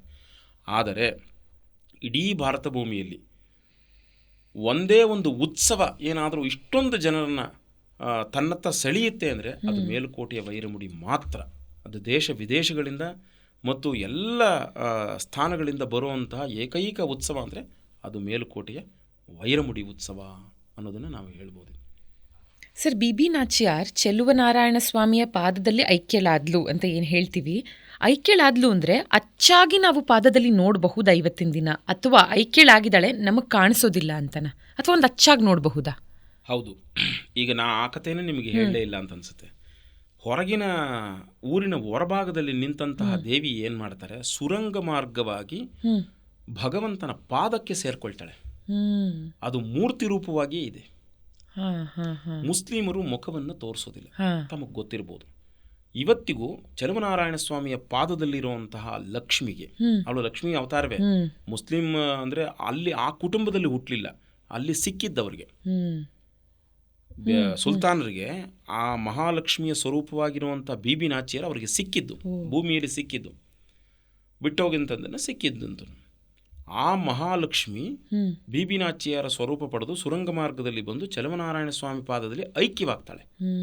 ಈ ಐಕ್ಯವಾದಂತಹ ಸಂದರ್ಭದಲ್ಲಿ ಆ ಮೂರ್ತಿ ಸ್ವರೂಪದಲ್ಲಿಯೇ ಚಲುವನಾರಾಯಣ ಸ್ವಾಮಿಯಲ್ಲಿ ನೋಡ್ಬೋದು ನಾವು. ಆದರೆ ಮುಖ ಇರೋಲ್ಲ, ಮುಖ ಇಲ್ಲ ಅಲ್ಲಿ. ಬರೀ ಶಂಖಚಕ್ರ ಧಾರಣೆ, ಕಮಲವನ್ನು ಹಿಡಿದಿರುವಂಥದ್ದು ಮತ್ತು ಅಭಯಸ್ಥಗಳನ್ನು ತೋರಿಸಿರುವಂಥದ್ದು ಕಿರೀಟದ ಮಹಾಲಕ್ಷ್ಮಿ ಹೇಗಿರ್ತಾಳೋ ಹಾಗೆ ಇರ್ತಾಳೆ, ಆದರೆ ಮುಖ ಇರಲ್ಲ. ಅವರ ಇವತ್ತಿಗೂ ಆ ಕ್ಷೇತ್ರಗಳಲ್ಲಿ ಅನೇಕ ಮುಸ್ಲಿಮರು ಬರ್ತಾರೆ. ಮುಸ್ಲಿಮರು ಬಂದು ತಮ್ಮ ವಾಡಿಕೆ ಏನಿದೆಯೋ ಅದನ್ನು ನೆರವೇರಿಸ್ಕೊಂಡು ಹೋಗುವಂಥದ್ದನ್ನು ನಾವು ಇವತ್ತಿಗೂ ಕಾಣ್ತೀವಿ. ಇದೊಂದು ವಿಶೇಷ. ವರಲಕ್ಷ್ಮಿಯಾಗಿ, ವರನಂದಿಯಾಗಿ, ಯಾರಿಗೆ ಏನು ವರ ಬೇಕೋ ಅದನ್ನೆಲ್ಲ ಕೇಳ್ಕೊಳ್ಳುವಂತಹ ದೇವತೆಯಾಗಿ ಇರುವಂಥದ್ದು ಆಕೆ. ಹಾಗಾಗಿ ಅವಳಿಗೆ ವರನಂದಿ ಅಂತಲೂ ಕೂಡ, ವರಲಕ್ಷ್ಮಿ ಅಂತಲೂ ಕೂಡ ಕರೆಯುವಂಥದ್ದು ಉಂಟು. ಸರ್, ನಾವು ಶ್ರೀರಂಗಂನ ಇತಿಹಾಸ ಅಂತ ತಗೊಂಡಾಗ, ಸ್ಥಳ ಪುರಾಣ ಹಿಸ್ಟ್ರಿ ಅಂತ ನೋಡಿದಾಗ ಆಲ್ಮೋಸ್ಟ್ ಸಿಮಿಲರ್ ಕಥೆ ಇದೆ. ರಾಮಾನುಜಾಚಾರ್ಯರು ಡೆಲ್ಲಿ ಸುಲ್ತಾನನ ಬಳಿ ಹೋಗಿ, ಬಾರೋ ನನ್ನ ಶೆಲ್ವ ಪಿಳ್ಳೈ ಅಂತ ಕರೆದು ಆತ ಬಂದು ತೊಡೆ ಮೇಲೆ ಕೂತು ಅವನನ್ನ ವಾಪಸ್ ಕರ್ಕೊಂಡ್ಬಂದು ಶ್ರೀರಂಗಂನಲ್ಲಿ ಪ್ರತಿಷ್ಠಾಪನೆ ಮಾಡ್ತಾರೆ ಅಂತ ಹೇಳಲಾಗತ್ತೆ. ಹಾಗಾಗಿನೇ ಅಂದ್ರೆ ಈಕೆ ಮುಸ್ಲಿಂ ಆಗಿದ್ರಿಂದ ಇವತ್ತಿಗೂ ಮುಘಲ್ರ ಸ್ಟೈಲ್ ಅಲ್ಲಿ ಅಲ್ಲಿ ರೋಟೀಸ್ ಅಂತ ಏನ್ ಮಾಡ್ತಾರೆ ನಾರ್ತ್ ಇಂಡಿಯಾದಲ್ಲಿ, ಅದನ್ನ ಕೊಡೋದಿರಬಹುದು ನೈವೇದ್ಯಕ್ಕೆ. ಇನ್ನು ಬಣ್ಣ ಬಣ್ಣದ ಅಂಗವಸ್ತ್ರಗಳನ್ನ ತೊಡಿಸೋದಿರಬಹುದು, ಅಂದ್ರೆ ಬಿಳಿಯದ್ದಲ್ಲದೆ ಬೇರೆ ದೇವರಿಗೆ. ಅಲ್ಲಿಯ ಬಿ ನಾಚ್ಯಾರ್ ದೇವಿಗೆ ಪರ್ದಾ ಹಾಕೋದಿರಬಹುದು, ಅಂದ್ರೆ ಬುರ್ಕಾ ಸಿಸ್ಟಮ್ ನಲ್ಲಿ. ಹೀಗೆ ಅಲ್ಲಿ ಪೂಜೆ ನಡೆಯುತ್ತೆ ಅಂತ. ಹಾಗಾಗಿ ಮೇಲುಕೋಟೆಗೂ ಇದೇ ಇತಿಹಾಸ ಇರೋದ್ರಿಂದ, ಶ್ರೀರಂಗಂಗೂ ಇದೇ ಇತಿಹಾಸ ಇರೋದ್ರಿಂದ, ರಾಮಾನುಜಾಚಾರ್ಯರು ಡೆಲ್ಲಿ ಸುಲ್ತಾನನ ಆಸ್ಥಾನದಿಂದ ಬಂದಿದ್ ಎಲ್ಲಿಗೆ ಅನ್ನೋ ಪ್ರಶ್ನೆ ಇರೋರಿಗೆ. ನೀವು ಬರೀ ಶ್ರೀರಂಗಮನ್ನು ಮಾತ್ರ ಹೇಳ್ತಾ ಇದ್ದೀರಿ. ಆಂಧ್ರ ಪ್ರದೇಶದ ಭದ್ರಾಚಲಂ ಪಕ್ಕದಲ್ಲಿರುವಂತಹ ಕ್ಷೇತ್ರಗಳಿಗೂ ಇದನ್ನೇ ಹೇಳ್ತಾರೆ. ಆದರೆ ಮೂಲ ಎಲ್ಲಿ ಅಂತ ಹುಡುಕ್ಬೇಕು. ಎಲ್ಲ ಕಡೆಯಲ್ಲಿಯೂ ಅವನ ಅವತಾರದ ದೇವಸ್ಥಾನಗಳು ಇದ್ರೂ ಕೂಡ, ಶ್ರೀನಿವಾಸ ಅಂದ ತಕ್ಷಣ ಶ್ರೀನಿವಾಸ ದೇವರು ಬೆಂಗಳೂರಲ್ಲಿ ಎಷ್ಟೇ ಇದ್ದಾರಲ್ವ, ಅಥವಾ ಎಲ್ಲಾ ಕಡೆ ಇದ್ರು ನಾವು ಯಾವ್ದಕ್ಕೆ ಹೇಳ್ತೀವಿ, ಫಸ್ಟ್ ತಿರುಪತಿ ಅಂತ ಹೇಳ್ತೀವಿ. ಹಾಗೆಯೇ ಅವರವರ ಅನುಕೂಲಕ್ಕೆ ಅವತ್ತಿನ ಕಾಲಕ್ಕೆ ಇದನ್ನ ಮಾಡ್ಕೊಂಡಿದ್ರು. ಅಂದ್ರೆ ಇಲ್ಲೂ ಇರ್ಲಿ, ಇಲ್ಲೂ ಒಂದು ವಿಶೇಷವನ್ನ ನಾವು ಕಾಣಬಹುದು ಅಂತ. ನಿಮಗೆ ತಿಳಿದಿರಲಿ, ಶ್ರೀರಂಗದಲ್ಲಿ ಅತ್ಯಂತ ದೊಡ್ಡ ಮುಸ್ಲಿಂ ದಾಳಿಗಳು ಪದೇ ಪದೇ ಆಗ್ತಾ ಇತ್ತು. ಆ ದಾಳಿಯನ್ನು ತಪ್ಪಿಸ್ಕೊಳ್ಳೋದಕ್ಕಾಗಿ ಅನೇಕ ವಿಷಯಗಳು ಅಲ್ಲಿಗೆ ಸೇರ್ಪಡೆಯಾಗಿವೆ. ಆ ಸೇರ್ಪಡೆಯಲ್ಲಿ ಒಂದು ಈ ಬಿ ನಾಚ್ಯಾರ್ ಕತೆ. ಎರಡನೇದು, ಶ್ರೀವೈಷ್ಣವ ಕ್ಷೇತ್ರಗಳಲ್ಲಿ ಮೇಯ್ನ್ ಇದ್ದದ್ದು ಯಾವುದು? ಶ್ರೀರಂಗಂ. ಆ ಶ್ರೀರಂಗದ ಮೇಲೆ ಪದೇ ಪದೇ ಪದೇ ಪದೇ ದಾಳಿ ಆಗ್ತಾ ಇತ್ತು. ಆ ದಾಳಿಯನ್ನು ತಪ್ಪಿಸ್ಕೊಳ್ಳೋದಕ್ಕೆ ಅವರು ಅನೇಕ ಪ್ರೊಟೆಕ್ಷನ್ಗಳನ್ನು ಮಾಡಿದ್ರು. ಆ ಪ್ರೊಟೆಕ್ಷನ್ಗಳಲ್ಲಿ ಬಿಬಿ ನಾಚಿಯಾರ್ ಕಥೆನೂ ಅಡಾಪ್ಟ್ ಆಗಿದೆ. ಆದರೆ ಮೂಲ ಎಲ್ಲಿ ನಡೆದಿದೆ ಅದು ಮೇಲುಕೋಟೆಯಲ್ಲಿ ನಡೆದಿದೆ ಅನ್ನೋದನ್ನು ತಾವು ಗಮನಿಸ್ಬೋದು. ಎರಡನೇದು, ತಿರುಪತಿಲಾಗಲಿ ಶ್ರೀರಂಗದಲ್ಲಾಗಲಿ, ಇನ್ನು 108 ದಿವ್ಯ ಕ್ಷೇತ್ರ ಅಂತ ಹೇಳಿದ್ರಲ್ಲ, ಆ ಎಲ್ಲ ಕ್ಷೇತ್ರಗಳಲ್ಲಿಯೂ ಕೂಡ ದೇವರ ಮಹಾಮಂಗಳಾರತಿ ಆದಮೇಲೆ ಶಾತುಮರಿ ಅಂತ ಒಂದು ನಡೆಯುತ್ತೆ. ಆ ಶಾತುಮರಿ ಸೇವೆಯಲ್ಲಿ ಎಲ್ಲ ದೇವಾಲಯಗಳಲ್ಲೂ ಕೂಡ, ತಿರುಪತಿಲಾಗ್ಬೋದು, ಮೇಲ್ಕೋಟೆಲಾಗ್ಬೋದು, ಶ್ರೀರಂಗದಲ್ಲಾಗ್ಬೋದು, ಎಲ್ಲ ದೇವಾಲಯಗಳಲ್ಲೂ ಕೂಡ ಶ್ರೀರಂಗ ಚೆನ್ನಾಗಿರ್ಲಿ ಅಂತ ಪ್ರಾರ್ಥನೆಯನ್ನು ಮಾಡ್ತಾರೆ. ಶ್ರೀರಂಗದ ದೇವ ಚೆನ್ನಾಗಿರ್ಲಿ, ಶ್ರೀರಂಗದ ಜನಗಳು ಚೆನ್ನಾಗಿರ್ಲಿ ಅಂತ. ಯಾಕಂಗೆ ಹೇಳ್ತಾರೆ? ಅನೇಕ ದಾಳಿ ಆದ್ದರಿಂದ ಶ್ರೀರಂಗವನ್ನು ಪ್ರಾರ್ಥನೆ ಮಾಡಿ ಉಳಿಸ್ಕೋಬೇಕು ಅನ್ನೋದಕ್ಕಾಗಿ ಎಲ್ಲ ದೇವಾಲಯಗಳಲ್ಲಿ ಇವತ್ತಿಗೂ ಆ ಪ್ರಾರ್ಥನೆ ನಡೆಯುತ್ತೆ. ಜನ ಎಲ್ಲಿ ಜನಸಾಂದಣಿ ಆಗ್ತಾರೋ ಅಲ್ಲಿ ಏನಾದ್ರೂ ಒಂದು ವಿಷಯವನ್ನು ಹೇಳಿದ್ರೆ ಅದು ಪ್ರವರ್ಧಮಾನಕ್ಕೆ ಬಂದ್ಬಿಡುತ್ತೆ ಬೇಗ. ಆದ್ರೆ ಮೂಲವನ್ನ ಯಾರು ಹುಡುಕಕ್ ಹೋಗಲ್ಲ. ಆದ್ರೆ ಇನ್ನೊಂದು ವಿಷಯ ಏನು ಅಂತ ಹೇಳಿದ್ರೆ, ಈಗ ಶ್ರೀರಂಗಮ್ಮಲ್ಲಿ ಯಾವ ರೀತಿಯಾದಂತಹ ಸಿಸ್ಟಮ್ ಪೂಜೆಗಳು ನಡೆಯುತ್ತೋ ಅದೇ ರೀತಿಯಾದಂತ ಭಾರತದಾದ್ಯಂತ ನಡೆಯುತ್ತೆ. ಅದೇ ರೀತಿ ಮೇಲ್ಕೋಟೆಯಲ್ಲೂ ಹಂಗೆ ನಡೆಯುತ್ತೆ. ಸರಿ, ಯಾಕೆ ಈ ಪ್ರಶ್ನೆ ಕೇಳಿದೆ ಅಂದ್ರೆ, ಹಿತ್ತಲ್ ಗಿಡ ಮದ್ದಲ್ಲ ಅಂತ ನಮ್ಮಲ್ಲಿ ಎಷ್ಟೋ ಸಲ ನಮ್ಮಲ್ಲೇ ಇರೋ ಕ್ಷೇತ್ರದ ಇಷ್ಟೆಲ್ಲ ವಿಶೇಷತೆ ನಮಗೆ ಗೊತ್ತೇ ಇರಲ್ಲ, ತಿಳ್ಕೊಳ್ಳೋ ಪ್ರಯತ್ನ ಮಾಡಿರೋದಿಲ್ಲ ನಾವು. ಇನ್ಯಾವುದನ್ನೋ ವೈಭವೀಕರಿಸಿ ತೋರಿಸಿದಾಗ ವಾವ್ ಅಂತ ಹೇಳಿ ಅಲ್ಲಿ ಹೋಗ್ತೀವಿ. ನೋಡಿ, ಇಡೀ ಭಾರತದಲ್ಲಿ ಅತಿ ದೊಡ್ಡ ದೇವಸ್ಥಾನ ಅಂದ್ರೆ ಅದು ಶ್ರೀರಂಗಂ. ಕರ್ನಾಟಕದಲ್ಲಿನ ಅತಿ ದೊಡ್ಡ ದೇವಸ್ಥಾನ ಅಂದ್ರೆ ನಂಜನಗೂಡು. ಅತಿ ದೊಡ್ಡ ವೈಷ್ಣವ ದೇವಸ್ಥಾನ ಅಂದ್ರೆ ಅದು ಮೇಲುಕೋಟೆ. ಮೇಲುಕೋಟೆಯಲ್ಲಿನ ಇತಿಹಾಸದ ಬಗ್ಗೆ ಇನ್ಫ್ಯಾಕ್ಟ್ ನಾವು ಒಂದ್ ಎಪಿಸೋಡ್ ಅಲ್ಲಿ ಮಾತಾಡೋದಕ್ಕಾಗೋದೇ ಇಲ್ಲ. ಯಾವ್ದಾದ್ರು ಒಂದು ಕ್ಷೇತ್ರಕ್ಕೆ ಕಲಿಯ ಪ್ರವೇಶ ಇಲ್ಲ ಅಂದ್ರೆ ಅದು ಮೇಲುಕೋಟೆ ಮಾತ್ರ ಅಲ್ವಾ ಸರ್? ಕಲಿ ಅಂದ್ರೆ ಏನು? ರೋಗ ಅಂತ ಅರ್ಥ. ರೋಗಗಳೆಲ್ಲ ಮುತ್ತಬೇಕು. ಮುತ್ತಿದಾಗ ಆ ಸಮಸ್ಯೆ ಎದ್ದು ಕಾಣುತ್ತೆ. ಆ ರೋಗಗಳನ್ನೆಲ್ಲ ಎತ್ತಿ ಕಾಣುವಾಗ ನಮ್ಗೇನಾಗುತ್ತೆ, ಬೇಗ ಹೊರಟೋಗ್ತಾ ಇರ್ತಾರೆ ಅಂತ. ಒಂದು ಸಣ್ಣ ಉದಾಹರಣೆ ಏನು ಅಂದರೆ, ವೇದ ಮಂತ್ರಗಳು ಶತಮಾನಂ ಭವತಿ ಶತಾಯು ಪುರುಷಃ ಅಂತೇಳಿ 100 ವರ್ಷ ಬದುಕಬೇಕಾದಂತಹ ಸಂದರ್ಭದಲ್ಲಿ ನಮಗೆ ಆಶೀರ್ವಾದವನ್ನು ಮಾಡಬೇಕು ಅಂತ ಕೇಳ್ಕೊತಾ ಇರ್ತೀವಿ. ದಶಾಭುಕ್ತಿಗಳು ಅಂತ ಹೇಳ್ತೀವಿ ನವಗ್ರಹಗಳಲ್ಲಿ. ಅದರಲ್ಲಿ ಕಂಪ್ಲೀಟ್ ಮಾಡಬೇಕಾದ್ರೆ 120 ವರ್ಷ ಬದುಕ್ತೀವಿ ನಾವು. ಅದನ್ನು ಕರೆಕ್ಟಾಗಿ ಕೊಟ್ಟು ನಾವು ಅದನ್ನು ಜೀವಿಸಿದ್ರೆ 120 ವರ್ಷ ಬದುಕ್ತೀವಿ. ಆ 120 ವರ್ಷ ಬದುಕ್ತವ್ರು ರಾಮಾನುಜಾಚಾರ್ಯರು ಒಬ್ಬರೇ. ಮತ್ತೆ ಇನ್ನೂ ಒಂದು ವಿಶೇಷ ಅಂದ್ರೆ, ಈಗ ಚೈನಾದವರು ಒಂದು ಮಮ್ಮಿನ ಇಟ್ಕೊಂಡಿದ್ದಾರೆ ಅಂತ ಹೇಳಿದ್ರು. ಆದ್ರೆ ಭಾರತ ಭೂಮಿಯಲ್ಲಿ ಒಂದು ಆಚಾರ್ಯರು ಇದ್ದು ಶರೀರದ ಸಮೇತ ಇವತ್ತಿಗೂ ನಮಗೆ ಕಾಣಬಹುದು ಅಂತ ಹೇಳಿದ್ರೆ ಅದು ರಾಮಾನುಜಾಚಾರ್ಯ ಒಬ್ಬರೇ. ಅವರ 120 ವರ್ಷದ ಆಯಸ್ಸಿನಲ್ಲಿ ಅತ್ಯಂತ ದೊಡ್ಡ ಪವಾಡವನ್ನು, ನೀವು ಯಾವ್ಯಾವ ಸ್ವಾಮೀಜಿಗಳನ್ನು ಹೇಳ್ತಿರೋ ಈಗ ಆ ಸ್ವಾಮೀಜಿಗಳ ಪವಾಡ ಎಲ್ಲ ಅವ್ರ ಜೀವನದಲ್ಲಿ ನಡೆದೋಗಿದೆ. ಅವರ ಶರೀರ ಇವತ್ತಿಗೂ ಇದೆ. ಅನಂತರ ಟೆಕ್ನಾಲಜಿ ಅಂತ ಬಂತು. ಅವತ್ತು ನಡೀತಾ ಇದ್ರು, ಆರೋಗ್ಯವಾಗಿದ್ರು. ಇವತ್ತು ಕೂತಿರ್ತಾರೆ, ಅನಾರೋಗ್ಯವಾಗಿರ್ತಾರೆ. ಈ ರೋಗವನ್ನೇ ನಾವು ಕಲಿ ಅಂತ ಹೇಳ್ತೀವಿ. ಕಲಿ ಮುತ್ತದ ಅಂತ ಹೇಳಿದ್ರೆ ರೋಗ ಮುತ್ತೋಗೋಯ್ತು, ಹೊರಟೋಯ್ತು ಅಂತ ತೀರ್ಮಾನ ಅದು. ಹಾಗೆ ಮೇಲುಕೋಟೆಯಲ್ಲಿ 100 ವರ್ಷಕ್ಕೆ ಕಡಿಮೆ ಬದುಕ್ತವ್ರು ಯಾರೂ ಇಲ್ವೇ ಇಲ್ಲ. 100 ವರ್ಷ ಬದುಕ್ತಾ ಇದ್ರು. ಕಲಿ ಪ್ರವೇಶವಿಲ್ಲದೆ ಇರುವಂಥ ಸ್ಥಳ. ಆ ಸ್ಥಳದಲ್ಲಿ ರೋಗ ರುಜಿನ ಇಲ್ಲದೇನೆ 100 ವರ್ಷ ಭಗವಂತನ ಅಡಿದಾವರಗಳಿಲ್ಲಿದ್ದು ಕೈಂಕರ್ಯವನ್ನು ಮಾಡಿ ಈ ಪ್ರಪಂಚದಿಂದ ಹೊರಗಡೆ ಹೋಗ್ತಾರೆ ಅಂತ ಹೇಳಿದ್ರೆ ಅದು ಪೂರ್ಣ ಆಯಸ್ಸು ಅಂತ ಅರ್ಥ. ನಾವು ಪಾಪಗಳನ್ನು ಜಾಸ್ತಿ ಮಾಡ್ತಾ ಹೋಗ್ತಾ ಇದ್ರೆ ನಮಗೆ ಆಯಸ್ಸು ಕಡಿಮೆ ಆಗ್ತಾ ಹೋಗುತ್ತೆ. ಆಯಸ್ಸು ಕಡಿಮೆ ಆಗೋದೇ ಕಲಿ. ನಾವು ಅದನ್ನೆಲ್ಲ ಕಡಿಮೆ ಮಾಡ್ಕೋಬೇಕು ಅಂದರೆ ಮೇಲ್ಕೋಟೆಯ ಕ್ಷೇತ್ರಗಳಂತಹ ಕ್ಷೇತ್ರಗಳಿಗೆ ಸಂದರ್ಶನ ಮಾಡ್ತಾ ಇರಬೇಕು. ನಮ್ಮ ಪಾಪಗಳು ಕಡಿಮೆ ಆಗ್ತಾ ಇರುತ್ತೆ, ನಮ್ಮ ಆಯಸ್ಸು ವೃದ್ಧಿ ಆಗ್ತಾ ಇರುತ್ತೆ. ಈ ಕಲಿಯನ್ನು ಹೋಗಲಾಡಿಸ್ಬೇಕು ಅಂದರೆ ಮೇಲ್ಕೋಟೆ ಕ್ಷೇತ್ರಕ್ಕೆ ಬಂದು ದರ್ಶನ ಮಾಡಿದ್ರೆ ಅದ್ಭುತವಾದಂತಹ ಆರೋಗ್ಯ ಬರುತ್ತೆ ಅಂತ ಹೇಳಿ. ಒನ್ ಲಾಸ್ಟ್ ಥಿಂಗ್ ನಾವು ಹೈಲೈಟ್ ಮಾಡಿ ಮಾತಾಡಬೇಕಿರೋದು, ಬೇರುಗಳೇ ಕಾಣದೇ ಇರುವಂತ ಜಿಯಾಲಜಿಸ್ಟ್ ಹೇಳಿದ್ದಾರೆ 3000 ವರ್ಷಗಳಷ್ಟು ಹಳೆಯದಿರಬಹುದು ಈ ವೃಕ್ಷ ಅಂತ. ದೇವಸ್ಥಾನಕ್ಕೆ ಎದುರುಗಡೆ ನಿಮ್ಮ ಮನೆಗೆ ಬರುವಂತ ಹಾದಿಯಲ್ಲಿ ನಮ್ಗೆ ವೃಕ್ಷ ಕಾಣಿಸುತ್ತೆ. ಅದ್ರ ವಿಶೇಷತೆ ಒಂದು ನಮಗೆ ತಿಳಿಸ್ಕೊಡಿ ಸರ್. ಬದರಿ ವೃಕ್ಷಕ್ಕೆ ಒಂದು ವಿಶೇಷವಾದಂತಹ ಅರ್ಥ ಉಂಟು. ಈಗ ನಮ್ಮ ಸುನಿತಾ ವಿಲಿಯಮ್ಸ್ ಅವರು 9 ತಿಂಗಳಲ್ಲಿ 4600 ಬಾರಿ ಭೂಮಿ ಪ್ರದಕ್ಷಿಣೆ ಮಾಡಿದ್ದಾರೆ. ಅದು ಒಂದು ದಿವಸಕ್ಕೆ 16 ಸಲ ಕ್ಯಾಲ್ಕುಲೇಷನ್ ಮಾಡಿ 16 ಸೂರ್ಯೋದಯನ್ನ 16 ಸೂರ್ಯಾಸ್ತವನ್ನು ನೋಡಿದ್ದಾರೆ. ಹಾಗೆ 9 ತಿಂಗಳಲ್ಲಿ 4600 ಚಿಲ್ಲರೆ ಸರ್ತಿ ಭೂಮಿಯನ್ನು ಪ್ರದಕ್ಷಿಣೆ ಮಾಡಿದ್ದಾರೆ. ಈ ಭೂಮಿ ಪ್ರದಕ್ಷಿಣೆಯನ್ನು ಹಿಂದೆ ಯಾರು ಮಾಡಿದ್ರು? ಪರಶುರಾಮ ಮಾಡಿದ. 14 ಬಾರಿ ಭೂಮಿ ಪ್ರದಕ್ಷಿಣೆಯನ್ನು ಮಾಡಿದ. ಆ ಭೂಮಿ ಪ್ರದಕ್ಷಿಣೆಯನ್ನು ಒಂದು 360 ಡಿಗ್ರಿಯನ್ನು ತಗೊಂಡ್ರೆ ಅದರಲ್ಲಿ 180 ಡಿಗ್ರಿ ತಗೊಂಡ್ರೆ ಅರ್ಧ ಆಗುತ್ತೆ. ಆ ಅರ್ಧದನ್ನ ಒಂದು ದಕ್ಷಿಣಾಯನ ಅಂತನೂ ಒಂದು ಉತ್ತರಾಯಣ ಅಂತನೂ ತಗೊಳ್ತೀವಿ. ಆ ದಕ್ಷಿಣದ ಅಧಿಪತಿನೂ ಬದ್ರಿನಾರಾಯಣ ಸ್ವಾಮಿನೇ, ಉತ್ತರದ ಅಧಿಪತಿನೂ ಬದ್ರಿನಾರಾಯಣ ಸ್ವಾಮಿನೇ. ಅಲ್ಲಿ ನಾರಾಯಣ ಕೃಷ್ಣನಾಗಿ ಅರ್ಜುನನಿಗೆ ಉಪದೇಶ ಮಾಡಿದ ಸ್ಥಳ. ಇಲ್ಲೂ ನಾರಾಯಣ ಲಕ್ಷ್ಮಿಗೆ ಉಪದೇಶ ಮಾಡಿದ ಸ್ಥಳ ಇದು. ಅದಕ್ಕಾಗಿ ಬದ್ರಿನಾರಾಯಣ ಅಂತ ಹೇಳ್ತೀವಿ. ಅದು ಕ್ಷೇತ್ರ ದೇವತೆ, ಮೇಲುಕೋಟೆಯ ಕ್ಷೇತ್ರ ದೇವತೆ ಅಂದ್ರೆ ಪ್ರಧಾನವಾಗಿ ಮೊದಲು ಬಂದಂತಹ ದೇವತೆ. ಆ ದಕ್ಷಿಣ ಬದರಿಕಾಶ್ರಮದಲ್ಲಿ ಮೇಲೆ ಅಂದ್ರೆ ಬದ್ರಿನಾರಾಯಣ ಸ್ವಾಮಿಯ ದೇವಸ್ಥಾನದ ಮೇಲ್ಗಡೆ ಬದರಿ ವೃಕ್ಷ ಇದೆ. ಅದಕ್ಕೆ ಯಲಚಿ ವೃಕ್ಷ ಅಂತ ಹೇಳ್ತೀವಿ. ಸೊ ಜಿಯಾಲಜಿಸ್ಟ್ ಪ್ರಕಾರ ಒಂದು 3000 ವರ್ಷಗಳ ಇತಿಹಾಸ ಉಳ್ಳದ್ದು ಅನ್ನೋದನ್ನ ಹೇಳ್ತಾರೆ. ಆ ವೃಕ್ಷಕ್ಕೆ ಮಹತ್ವ. ಚೆಲುವನಾರಾಯಣ ಸ್ವಾಮಿಗೆ ಯಾವ ಮರ್ಯಾದೆ ಇದೆಯೋ, ನಿತ್ಯ ಏನು ನೈವೇದನ ಆಗುತ್ತೋ, ಹೊರಗಡೆ ಬಂದು ಆ ಬದರಿ ವೃಕ್ಷಕ್ಕೂ ನೈವೇದನ ಮಾಡ್ತಾರೆ. ವೃಕ್ಷವೂ ಕೂಡ ಭಗವಂತನ ಸ್ವರೂಪವೇ ಅನ್ನೋದನ್ನ ಇಲ್ಲಿ ಸ್ಪಷ್ಟವಾಗಿ ಹೇಳ್ಬೋದು. ಅದಲ್ದೇನೆ ಗರುಡ ಪುರಾಣದ ರೀತಿಯಾಗಿಯೇ ಇರುವಂತದ್ದು ಕ್ಷೇತ್ರ. ಬಿಲ್ಲಿನ ಆಕಾರದಲ್ಲಿ ಇರುವಂತಹ ಊರದು ಮೇಲ್ಕೋಟೆಯಲ್ಲಿ. ಇದಕ್ಕೆ 108 ಕಲ್ಯಾಣಿಗಳಿವೆ. 3500 ವರ್ಷಗಳಿಗೂ ಹಿಂದೆ ಇಲ್ಲಿ ಜನಜೀವನ ಇತ್ತು ಅಂತ ಹಿಸ್ಟೋರಿಯನ್ ಹೇಳ್ತಾ ಇದ್ದಾರೆ. ಅದು ಜ್ಞಾನ ಮಂಟಪ. ಅದು ಇವತ್ತು ಯಾವ ಚಿಕ್ಕ ಮಕ್ಕಳನ್ನು ಕೇಳಿದ್ರು ಅಲ್ಲಿ ಜ್ಞಾನ ವಿಶೇಷವಾದಂತ ವಿಷಯ ಉಂಟು. ಇನ್ನೊಂದು ಮರ ಇದೆ, ಅಂದ್ರೆ ನಿಮಗೆ ಮರನೇ ಕಲ್ಲಾಗತ್ತೆ. ಆ ಥರ ಮರಗಳನ್ನು ಇವಾಗ ಕಂಡಿಡಿದಿದ್ದಾರೆ. ಏನ ನೀವು ಅಕ್ಕ ತಂಗಿ ಕೊಳ ಹೇಳಿದ್ರಿ. ಸಾಧಾರಣವಾಗಿ ಎಲ್ಲರೂ ಕೂಡ ಈ ಶೂಟಿಂಗಲ್ಲಾಗಲಿ ಅಥವಾ ಜನ ಎಲ್ಲ ನೋಡುವಂಥದ್ದೆಲ್ಲ ರಾಯಗೋಪುರದ ಪಕ್ಕದಲ್ಲಿರುವಂಥ ದೇವಸ್ಥಾನದ ಪಕ್ಕದಲ್ಲೇ ಇರುವಂತಹ ಅಕ್ಕ ತಂಗಿ ಕೊಳವನ್ನು ನೋಡ್ತಾರೆ. ಆದರೆ ಅದೇ ರೀತಿಯಾದಂಥ ಅಕ್ಕ ತಂಗಿ ಕೊಳ ಬೆಟ್ಟದ ತಪ್ಪಲಲ್ಲಿದೆ. ಅದನ್ನು ಮುಂದೆ ನೀವು ಹೇಳುವಂಥವ್ರು ಇದ್ದೀರಿ, ಅದನ್ನು ನೋಡ್ಬೋದು. ಅದನ್ನು ಎರಡನೇದು, ಈ ಗರುಡ ಪುರಾಣದ ಪ್ರಕಾರ ದಕ್ಷಿಣ ದ್ವಾರದಲ್ಲಿ ಯಾರೆಲ್ಲ ಪ್ರವೇಶ ಮಾಡ್ತಾರೆ ಸಾಕ್ಷಾತ್ ಆಗಿ ಸ್ವರ್ಗಕ್ಕೆ ಹೋಗ್ತಾರೆ ಅನ್ನೋದನ್ನ ಐತಿಹ್ಯ. ಯಮಧರ್ಮರಾಯನೇ ತನ್ನ ಆಸನದಿಂದ ಕೆಳಗಿಳಿದು ಅವರ ಪಾದವನ್ನು ತೊಳೆದು ಅನಂತರ ಸಿಂಹಾಸನದಲ್ಲಿ ಕೂರಿಸಿ ದಕ್ಷಿಣ ಮತ್ತು ಆಗ್ನೇಯ ದಿಕ್ಕಲ್ಲಿರುವಂತಹ ಸ್ವರ್ಗಕ್ಕೆ ಕಳಿಸ್ಕೊಡ್ತಾನೆ ಅಂತ ಹೇಳಿ ಐತಿಹ್ಯ ಇದೆ. ಅಂದ್ರೆ ಪುರಾಣಗಳಲ್ಲಿ ಹೇಳ್ತವೆ. ಆ ರೀತಿಯಾದಂಥ ದಕ್ಷಿಣ ಪ್ರವೇಶವನ್ನೇ ಇಟ್ಟಿದ್ದಾರೆ ಅವತ್ತಿನ ಕಾಲಕ್ಕೆ. ಅದೇ ರಾಜಮಾರ್ಗದಲ್ಲಿಯೇ ನೀವು ರಾಯಗೋಪುರವನ್ನು ಕಾಣ್ತೀರಿ. ನಮ್ಮ ಹಿಂದೂ ಧರ್ಮದ ಮೊದಲನೇ ಮಂತ್ರ ಏನು ಅಂದರೆ ಶ್ರೀರ್ವರ್ಚಸ್ಯಮಾಯುಷ್ಯಮಾರೋಗ್ಯಂ. ಮಹಾಲಕ್ಷ್ಮಿಯ ಕೃಪೆಯಿಂದ ಆರೋಗ್ಯ ಬಂದು ಐಶ್ವರ್ಯವನ್ನು ಪಡೆದು ಜೀವನವನ್ನು ಸಾಗಿಸಿ ಮುಕ್ತಿಯನ್ನು ಪಡೆಯುವಂಥದ್ದು. ಇದೇ ಧರ್ಮಾರ್ಥ ಕಾಮ ಮೋಕ್ಷದ. ಅದೆಲ್ಲವೂ ಕೂಡ ಆ ಕ್ಷೇತ್ರದಲ್ಲಿದೆ. ಸರ್, ಮೈಸೂರು ಅರಸರ ಇತಿಹಾಸ ಅಂತ ನಾವು ತಗೊಂಡಾಗ ಗುಜರಾತ್ನಿಂದ ಯದು ವಂಶದವರು ಬರ್ತಾರೆ. ಇಲ್ಲಿ ಒಡೆಯರ್ ಡೈನಾಸ್ಟಿ ಅಲ್ಲಿಂದ ಪ್ರಾರಂಭವಾಗುತ್ತೆ ಅಂತ ನಮಗೆ ಗೊತ್ತು. ಆದರೆ ಅವರು ಚೆಲುವನಾರಾಯಣ ಸ್ವಾಮಿಯನ್ನ ಹುಡುಕೊಂಡೆ ಆತ ಇಲ್ಲಿದ್ದಾನೆ ಅಂತಾನೆ ಬಂದಿದ್ದು ಅಂತ ಕೂಡ ಹೇಳಲಾಗತ್ತೆ. ಯಾಕಂದ್ರೆ ಅವ್ರ ಕುಲದೇವರು. ಇಂಥ ಚೆಲುವನಾರಾಯಣ ಸ್ವಾಮಿಯ ಬಗ್ಗೆ ಮಾತಾಡ್ತಾ ಮುಖ್ಯವಾಗಿ ನಾವು ಮಾತಾಡಲೇಬೇಕು ವೈರಮುಡಿ ಉತ್ಸವದ ಬಗ್ಗೆ. ಇದು ಬರೀ ವೈರಮುಡಿ ಉತ್ಸವ ಅಲ್ಲ, ಜಗತ್ ಪ್ರಸಿದ್ಧ ವೈರಮುಡಿ ಉತ್ಸವ. ಜಗತ್ ಪ್ರಸಿದ್ಧವಾಗಿರೋದಕ್ಕೆ ಒಂದು ಕಾರಣ ಇದೆ. ವಿರೇಚನ ನಾರಾಯಣನಿಂದ ಕದ್ದಂಥ ಒಂದು ಕಿರೀಟ, ಅದನ್ನ ಗರುಡ ವಶಪಡಿಸ್ಕೊಂಡು ಕೃಷ್ಣನ್ಗೆ ಕೊಡ್ತಾನೆ. ಅದೇ ಕಿರೀಟವನ್ನ ಇವತ್ತು ನಾವು ನೋಡ್ತೀವಿ. ಏನ್ ನೋಡ್ತೀವಿ? ಚೆಲುವನಾರಾಯಣ ಸ್ವಾಮಿಗೆ ನೀವು ತೊಡಿಸೋ ಅಂಥದ್ದು, ಅದುವೇ ವೈರಮುಡಿ.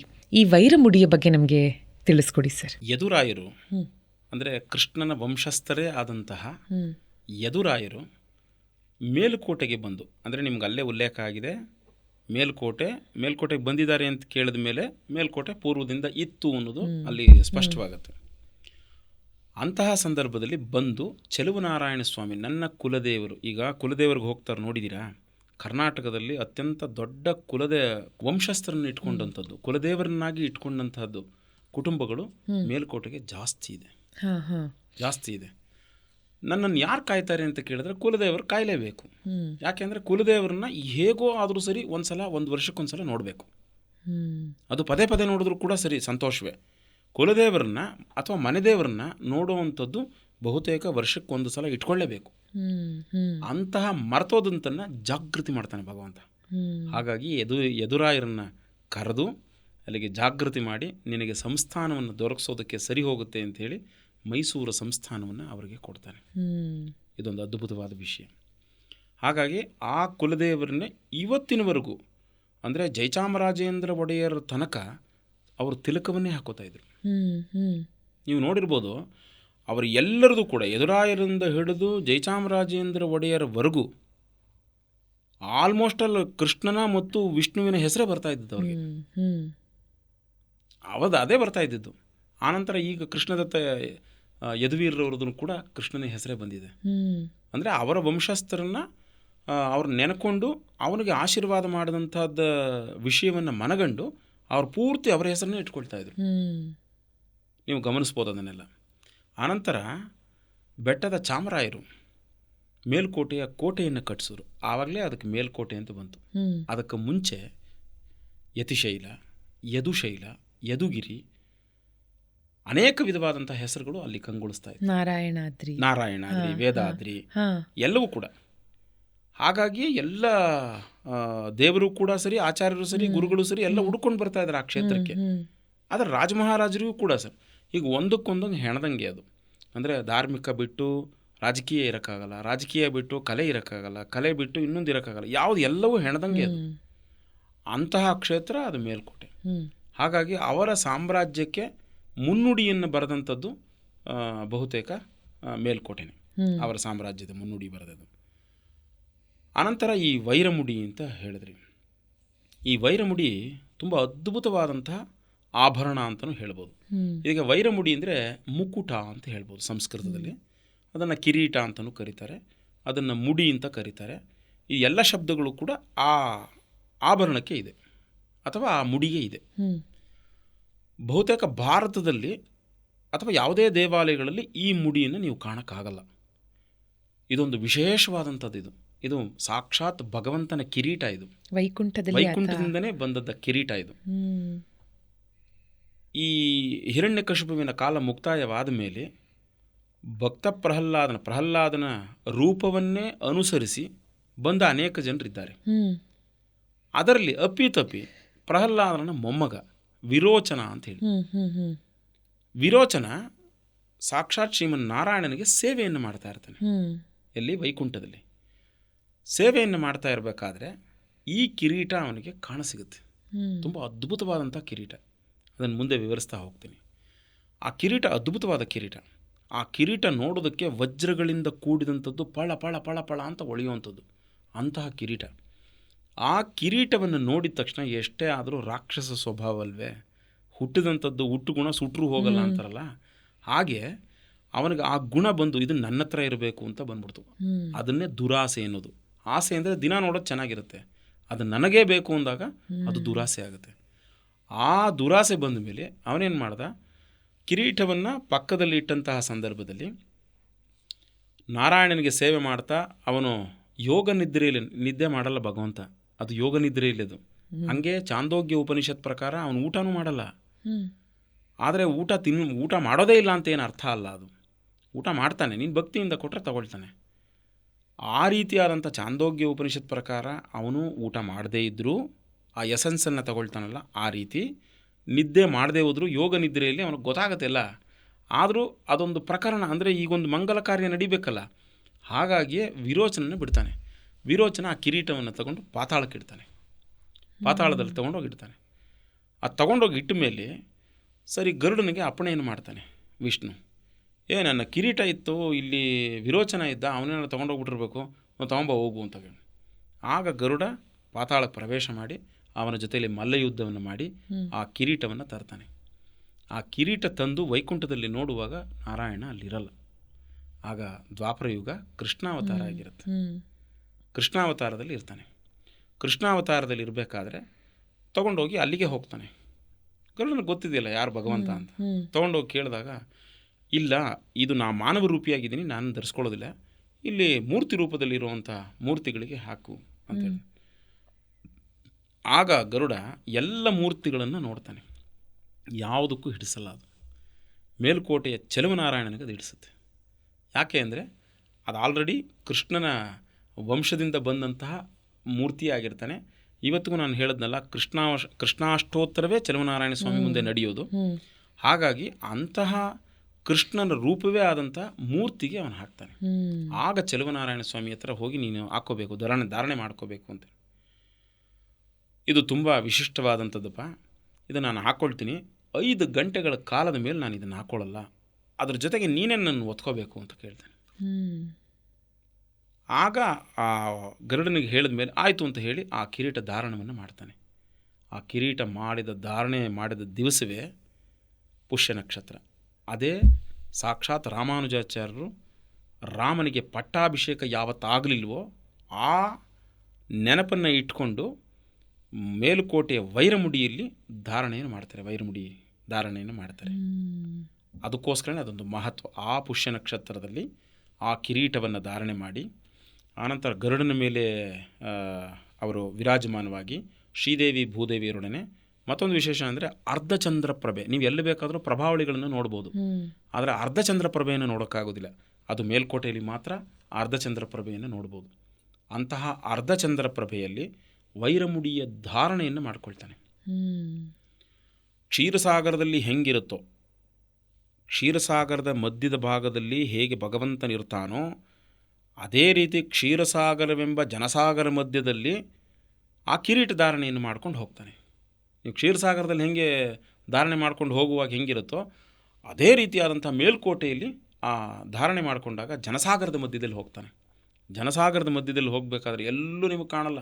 ಎಲ್ಲರ ತಲೆಯಲ್ಲಿಯೂ ಕೂಡ ಒಂದೇ ಒಂದು ವೈರಮುಡಿಯನ್ನು ಧಾರಣೆ ಮಾಡಿದಂತಹ ಭಗವಂತನನ್ನು ನೋಡಬೇಕು ಅನ್ನೋದು ಅಷ್ಟೇ. ಅದು ಅಂತಹ ವೈರಮುಡಿಯ ರೋಮಾಂಚನವಾಗುತ್ತೆ. ಅದರ ಇಂದಿನ ಉದ್ದೇಶ ಏನು, ಯಾಕೆ ಆ ಕ್ಷೇತ್ರಕ್ಕೆ ಬಂತದು, ಅದನ್ನು ಗಮನಿಸಬೇಕಾದ್ರೆ ನಾನು ಮೊದಲೇ ಹೇಳಿದಾಗೆ ಕಲಿ ಪ್ರವೇಶವಿಲ್ಲದೆ ಏನಂಥದ್ದು ಯಾವುದಾದ್ರೂ ಒಂದು ವಿಷಯವನ್ನು ನೀವು ಇಡಬೇಕು ಅಂದಾಗ ತುಂಬ ಸೇಫ್ ಆಗಿರಲಿ ಅಂತ ಯೋಚನೆ ಮಾಡ್ತೀರಿ. ಆ ಸೇಫ್ ಜಾಗ ಯಾವುದಾಗಿದೆ, ಅದು ಮೇಲ್ಕೋಟೆ ಆಗಿದೆ. ಅಂತಹ ಸೇಫ್ ಜಾಗ ಮೇಲ್ಕೋಟೆ ಆಗಿರುವಂಥ ಸಂದರ್ಭದಲ್ಲಿ ಆ ದೇವಾಲಯದಲ್ಲಿ ಈ ಕಿರೀಟ ಇದ್ದರೆ ಚೆನ್ನ, ಅದು ಭಕ್ತರೆಲ್ಲರಿಗೂ ದರ್ಶನ ಆಗಲಿ ಅನ್ನೋದಕ್ಕೆ ಆಗಾಗ ಬಂದು ಭಗವಂತ ಅವತಾರವನ್ನು ಮಾಡಿ ಹೊರಟೋಗ್ತಾನೆ. ಆಗಿದ್ದ ಕಾಲದವರು ಮಾತ್ರ ನೋಡ್ತಾರೆ. ಹಾಗಿದ್ದರೆ ಅವನ ಇರುವಿಕೆಯನ್ನು, ಅವನ ವಸ್ತುವನ್ನು ಯಾರು ನೋಡಬೇಕು, ಎಲ್ಲ ಜನರು ನೋಡಬೇಕು, ಭಕ್ತರೆಲ್ಲ ನೋಡಬೇಕು ಅನ್ನೋದು ಅವನ ಆಶಯ ಇರುತ್ತಲ್ಲ. ಹಾಗಾಗಿ ಜನಸಾಗರವೆಂಬ ತಲೆಗಳ ಮೇಲೆ ಮುಡಿಯನ್ನು ಧರಿಸಿ ಭಗವಂತ ವಿರಾಜಮಾನವಾಗಿ ಆ ಇಡೀ ದೇವಾಲಯದ ಪ್ರದಕ್ಷಿಣೆಯನ್ನು ಮಾಡ್ತಾನೆ. ಲಕ್ಷಾಂತರ ಜನ ತುಂಬಿಕೊಳ್ತಾರೆ. ಆ ಲಕ್ಷಾಂತರ ಜನ ಕಣ್ತುಂಬಿಕೊಳ್ಳುವಾಗ ಒಂದೇ ಒಂದು ಘೋಷ, ಗೋವಿಂದ ಗೋವಿಂದ ಗೋವಿಂದ. ನಮ್ಮನ್ನೆಲ್ಲ ಗೋವುಗಳನ್ನೆಲ್ಲ ರಕ್ಷಣೆ ಮಾಡುವಂತಹ ಅಥವಾ ಗೋವುಗಳನ್ನೆಲ್ಲ ಹೊಂದಿರುವಂತಹ ಗೋವಿಂದನೇ ನೀನು ನಮ್ಮನ್ನು ರಕ್ಷಣೆ ಮಾಡು. ಆ ವೈರಮುಡಿಯ ವಿಶೇಷ ಏನಂತ ಹೇಳಿದ್ರೆ, ಒಂದು ರೌಂಡ್ ಇರುತ್ತೆ, ಒಂದು ಚಿನ್ನದ ಉಂಡೆ. ಆ ಉಂಡೆ ಮೇಲೆ ಮತ್ತೊಂದು ಶ್ಯಾಡೋ ರೀತಿಯಲ್ಲಿ, ಅಂದರೆ ತಗಡಿನ ರೀತಿಯಲ್ಲಿ ಕಟ್ಟಿರುತ್ತೆ. ಅದನ್ನು ಕನ್ನಡದಲ್ಲಿ ಹೇಳೋದು ಮೂಡಿಸು ಅಂತ ಹೇಳ್ತಾರೆ. ಆ ತಗಡಿನ ಮಧ್ಯಭಾಗದಲ್ಲಿ ಎಳೆ ಎಳೆಯಾಗಿ ಕಟ್ಟಿರ್ತಾರೆ. ಅದನ್ನು ನೀವು ಅದನ್ನು ಗಮನಿಸ್ಬೋದು. ಅದನ್ನು ಒಂದು ತಗಡ ಮೇಲೆ ಮತ್ತೊಂದು ತಗಡ ಹಾಕಿ ಅದನ್ನು ಕಟ್ಟಿರ್ತಾರೆ. ಕಟ್ಟಾದ ಮೇಲೆ ಅದಕ್ಕೆ ಈ ಲವಂಗ ಬರ್ತಾರೆ, ಲವಂಗ ಪುಷ್ಪ. ಆ ರೀತಿಯಾದಂಥ ಲವಂಗ ಪುಷ್ಪದ ಆಕೃತಿಯಲ್ಲೇ ಇರುತ್ತೆ ಅದು. ಅದರ ಮಧ್ಯಭಾಗದಲ್ಲಿ ವಜ್ರಗಳನ್ನು ಕೂರಿಸುತ್ತಾರೆ. ತುಂಬ ಯಥೇಚ್ಛವಾದ ವಜ್ರಗಳು, ಅಷ್ಟು ವಜ್ರಗಳನ್ನು ನೋಡೋಕ್ಕೆ ಸಾಧ್ಯವೇ ಇಲ್ಲ. ಅದಾದ ಮೇಲೆ ಶಿರಭಾಗದಲ್ಲಿ, ಅಂದರೆ ಮೇಲ್ಭಾಗದಲ್ಲಿ ಅಂತ, ಆ ಮೇಲ್ಭಾಗದಲ್ಲಿ ಕಿರೀಟ ಮೇಲ್ಭಾಗ ಉಂಡೆ ಇರುತ್ತೆ, ಆದರೆ ಇದು ತಗ್ಗಿರುತ್ತೆ. ತಗ್ಗಿದ್ದು ಒಳಗಡೆ ಈ ಪಾತಿಯ ಆಕಾರದಲ್ಲಿರುತ್ತೆ. ತೆಂಗಿನ ಮರಕ್ಕೆ ಪಾತಿ ಮಾಡ್ತಿರಲ್ಲ ಆ ಥರ. ಅಲ್ಲೆಲ್ಲ ಪೂರ್ತಿ ನಿಮಗೆ ನಾನು ಹೇಳಿದ್ನಲ್ಲ, ತ್ರಿಕೋಣಾಕಾರದಲ್ಲಿ ಮಹಾಲಕ್ಷ್ಮಿ ಇರ್ತಾಳೆ ಅಂತ. ಆ ತ್ರಿಕೋಣಾಕಾರದಲ್ಲಿರುವಂಥ ವಜ್ರಗಳೇ ಇರುತ್ತವೆ ಅಲ್ಲಿ. ಅದಾದ ಮೇಲೆ ಒಂದು ಲೇಯರ್ ಅಂತ ಹೇಳ್ತೀವಿ, ಮತ್ತೊಂದು ಲೇಯರು ನಿಮಗೆ ವಜ್ರದಿಂದ ಬೊಟ್ಟಾದಂತಹ ವಜ್ರಗಳು ಸೇರಿಕೊಂಡಿರುತ್ತೆ. ಬಹುತೇಕ ನನ್ನ ಪ್ರಕಾರ 53 ವಜ್ರಗಳೇನೋ 54 ವಜ್ರಗಳೇನೋ ಇರಬೇಕು. ಅದು ಮಂತ್ರ ಸಿದ್ಧಾಂತದ ಕ್ಯಾಲ್ಕುಲೇಷನ್ಸ್. ಆ ವಜ್ರದ ಜೊತೆಯಲ್ಲಿ ಚಿಕ್ಕದೊಂದು ರೌಂಡ್ ಇರುತ್ತೆ ಪ್ರದಕ್ಷಿಣ. ಆ ವಜ್ರದ ಜೊತೆಯಲ್ಲಿ ಮಧ್ಯದಲ್ಲಿ ನಾಗಮಣಿ ಇರುತ್ತೆ. ನಿಮಗೇನಾದರೂ ಯೋಚನೆ ಮಾಡಿದಾಗ ಈ ದೋಷಗಳು ಹೋಗಬೇಕಾದ್ರೆ ನಾಗಮಣಿಯನ್ನು ಅಥವಾ ನಾಗರ ಒಂದು ಸಂಬಂಧಿತವಾದಂಥದ್ದನ್ನು ಹೇಳ್ತಾರೆ. ಅದು ಯಾವುದಾದ್ರೂ ಸರಿ, ನಾಗಮಣಿಯನ್ನು ಅಥವಾ ನಾಗರ ಸರ್ಪವನ್ನು ಅಲ್ಲಿ ಮೇಲೆ ಇಡೋಕ್ಕಾಗಲ್ಲ. ಎಲ್ಲಿ ಕಿರೀಟದ ಮೇಲೆ ಅದಕ್ಕೆ ನಾಗಮಣಿಯನ್ನು ಇಟ್ಟಿದ್ದಾರೆ ಅಲ್ಲಿ. ಅದು ವಿಷ್ಣುವಿನ ಸ್ವರೂಪ. ಹಾಗಾಗಿ ಅಲ್ಲಿ ನಾಗಮಣಿ ಇದೆ. ಆಮೇಲೆ ಈಗ ಅನೇಕ ಕಡೆಗಳಲ್ಲಿ ಹಾವಿಗೆ ನಾಗಮಣಿ ಇರೋದಿಲ್ಲ ಅಥವಾ ಹಾವೆಲ್ಲ ಆ ಥರದ್ದೆಲ್ಲ ಬಿಡೋಲ್ಲ ಅಂಥೇಳಿ. ಯಾವತ್ತೂ ಅಷ್ಟೇ, ಇವಾಗ ಗಂಡು ಬೇರುಂಡ ಇತ್ತು ಅಂತ ಹೇಳ್ತಾರೆ ಅಥವಾ ಡ್ರ್ಯಾಗನ್ ಇತ್ತು ಅಂತ ಹೇಳ್ತಾರೆ. ಇವತ್ತಿಗೆ ನಮಗೆ ಕಾಣೋದಿಲ್ಲ. ಅದು ಕಾಣದೇ ಇದ್ದ ಮಾತ್ರಕ್ಕೆ ಅದೆಲ್ಲ ಇಲ್ಲ ಅಂತ ಹೇಳಕ್ಕೆ ಬರೋದೇ ಇಲ್ಲ. 1 ಕಿಲೋಮೀಟ್ರ್ ದೂರದಲ್ಲಿ ನಮ್ಮ ಕಣ್ಣು ಕಾಣ್ತಾ ಇರುತ್ತೆ. 2ನೇ ಕಿಲೋಮೀಟ್ರದಲ್ಲಿ ನಮ್ಮ ಕಣ್ಣು ಕಾಣದೇ ಇರುವಂಥ ಸಂದರ್ಭದಲ್ಲಿ ನಾವು ಅದರಲ್ಲಿ ಏನೂ ಇಲ್ಲ ಅಂತ ಹೇಳಕ್ಕೆ ಬರಲ್ಲ. ಹಾಗಾಗಿ 1000 ವರ್ಷದ ಹಿಂದೆ ಇದ್ದಂಥದ್ದು ನಾಗಮಣಿ ಅಂದರೆ ಏನು ಅಂದರೆ ಜೊಲ್ಲು ಅಂತ ಅರ್ಥ. ಅದು ಜೊಲ್ಲಿಗೆ ವಿಶೇಷವಾದಂಥ ಶಕ್ತಿ ಇದೆ. ಈಗ ಹೇಗೆ ಮಿಂಚು ಹುಳುವು ತನ್ನ ಆಹಾರವನ್ನು ಹುಡುಕೋದಕ್ಕಾಗಿ ವಿಶೇಷವಾಗಿ ಅದನ್ನು ಆ ಮಿಂಚು ಹುಳುವಿಗೆ ಶಕ್ತಿಯನ್ನು ಕೊಟ್ಟಿದ್ದಾನೋ, ಅದೇ ರೀತಿ ಎಲ್ಲ ಪ್ರಾಣಿಗಳಿಗೂ ಕೊಟ್ಟಿದ್ದಾನೆ. ನೀವು ಕೆಲವು ಪ್ರಾಣಿಗಳು ನೋಡಿ, ಗೂಬೆಗೆ ಅತ್ಯಂತ ದೊಡ್ಡ ಕಣ್ಣನ್ನು ಕೊಟ್ಟು ಅದು ಎಲ್ಲವನ್ನೂ ಸೂಕ್ಷ್ಮವಾಗಿ ಗಮನಿಸುತ್ತೆ. ರಾತ್ರಿ ಹೊತ್ತು ಎಷ್ಟೋ ಪ್ರಾಣಿಗೆ ರಾತ್ರಿ ಹೊತ್ತು ಕಣ್ಣೇ ಕಾಣೋದಿಲ್ಲ. ಆ ರೀತಿ ಇರಬೇಕಾದ್ರೆ ನಾವು ಅದನ್ನು ಗಮನಿಸ್ಕೋಬೇಕು. ಎಲ್ಲೆಲ್ಲಿ ಏನೇನು ಇರುತ್ತೆ. ಅನುಕ್ತಮ್ ಏನದು, ಎಲ್ಲಾದರೂ ಇಲ್ಲದೇ ಇರುವಂಥ ಪದಾರ್ಥ ನಿಮಗೆ ಇಲ್ಲಿ ಕಾಣಿಸುತ್ತೆ ಅಂದಾಗ ನಾವು ಅದನ್ನು ನೋಡುವಂಥದ್ದು ನಮ್ಮ ಸೌಭಾಗ್ಯವಾಗಿರುತ್ತೆ. ಅದನ್ನು ಅತಿಯಾಗಿ ಪ್ರಶ್ನೆ ಮಾಡೋದಕ್ಕಾಗೋದಿಲ್ಲ. ಕೆಲವೆಲ್ಲ ಭಕ್ತಿ ಭಾವದಲ್ಲಿ ಇರುವಂಥದ್ದು, ಅದು ಭಕ್ತಿ ಭಾಗದಲ್ಲಿ ಏನು ಪ್ರಶ್ನೆ ಮಾಡಬಾರ್ದನ್ನು ಮಾಡದೇ ಇರುವಂಥದ್ದು ಏನು ಇಲ್ಲವೇ ಇಲ್ಲ. ಟೆಕ್ನಾಲಜಿಲಿ ವಿಶೇಷವಾಗಿ ನಾವು ಗಮನಿಸಬೇಕಾಗತ್ತೆ. ಅಂದರೆ ಅವತ್ತಿನ ಕಾಲಕ್ಕಿದ್ದಂಥ ವ್ಯವಸ್ಥೆಯಲ್ಲಿ ಅವರು ಮಾಡಿದ್ದಾರೆ ಅದನ್ನು. ಅದು ಎಷ್ಟೋ ಸಂಗ್ರಹ ಮಾಡಿ ಇವತ್ತು ವಿಷ ಸಂಗ್ರಹ ಮಾಡ್ತಾರೆ ಹಾವುಗಳಲ್ಲಿ. ವಿಷ ಸಂಗ್ರಹ ಮಾಡುವಂಥ ಪದ್ಧತಿ ಇವತ್ತಿತ್ತಾ? ಆವತ್ತಿಗೆ ಇತ್ತದು. ವಿಷಪ್ರಾಶನ ಅಂತ ಹಿರಣ್ಯಕಶಿಪುವಿನ ವಿಚಾರಗಳಲ್ಲಿ, ಭಕ್ತ ಪ್ರಹ್ಲಾದನ ವಿಚಾರಗಳಲ್ಲಿ ಬರೋದಿಲ್ವಾ? ಹಾಗಾದರೆ ವಿಷ ಪಾತ್ರೆಯಲ್ಲಿ ಹೆಂಗೆ ಸಂಗ್ರಹ ಮಾಡ್ತಾರೆ? ಅಂದರೆ ಟೆಕ್ನಾಲಜಿ ಬಂದಮೇಲೆ ಹೊಸದಾಗಿ ನಾವು ಅದನ್ನು ಹಿಂದೆ ಮಾಡಿದ್ದೆಲ್ಲ ತಪ್ಪು ಅಂತ ಹೇಳೋಕ್ಕಾಗಲ್ಲ. ಅವತ್ತಿನ ಕಾಲಕ್ಕೆ ಏನು ಮಾಡಿದ್ರು ಅದೆಲ್ಲ ಉಕ್ತವಾಗಿತ್ತು. ಆ ರೀತಿಯಾದಂಥ ಕಿರೀಟ ಅದಾಗಿದೆ.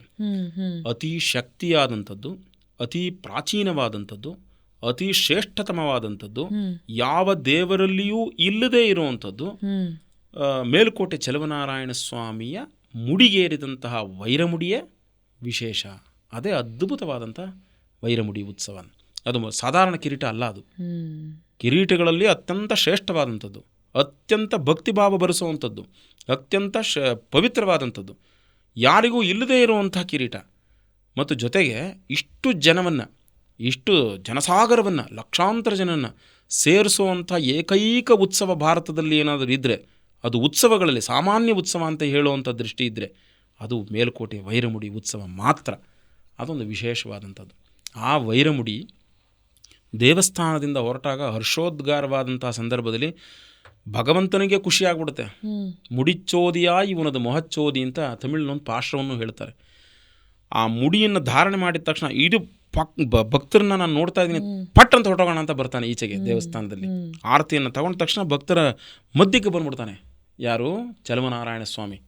ಆ ಮುಡಿಯನ್ನು ಧಾರಣೆ ಮಾಡಿದಾಗ ಒಂದು ಚೂರು ಲೇಟ್ ಮಾಡಬಾರ್ದು, ಈಗ ಹೊರಟೋಗ್ಬಿಡ್ಬೇಕು ನಾನು, ಭಕ್ತರಿಗೆಲ್ಲ ಆ ಮುಡಿಯನ್ನು ದರ್ಶನ ಮಾಡಿಸ್ಬೇಕು ಅಂತ ಬಂದ್ಬಿಡ್ತಾನೆ.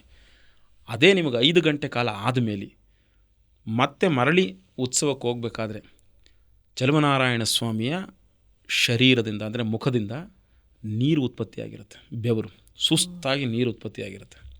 ಅವನ ಬಟ್ಟೆಯೂ ಕೂಡ ಒದ್ದೆ ಆಗಿರುತ್ತೆ.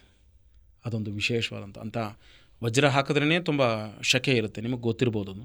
ಆದರೆ ಅಷ್ಟೊಂದು ವಜ್ರವನ್ನು ತನ್ನ ಮುಡಿಗೆ ಏರಿಸಿಕೊಂಡು ಭಕ್ತರಿಗೆ ಕಾತುರದಿಂದ ಬಂದಂತಹ ದೇವ ಆ ವೈರಮುಡಿ ಉತ್ಸವವನ್ನು ಮುಗಿದ ಮೇಲೆ ಅವನು ಹೋಗಬೇಕಾದ್ರೆ ಒಳಗಡೆ ಬಟ್ಟೆ ಎಲ್ಲ ತಣ್ಣಗಾಗಿರುತ್ತೆ, ಬೆವರೆಲ್ಲ ಹರಿದು ಅವನ ತಿಲಕ ಸೈಡಿಗೆ ಬಂದಿರುತ್ತೆ.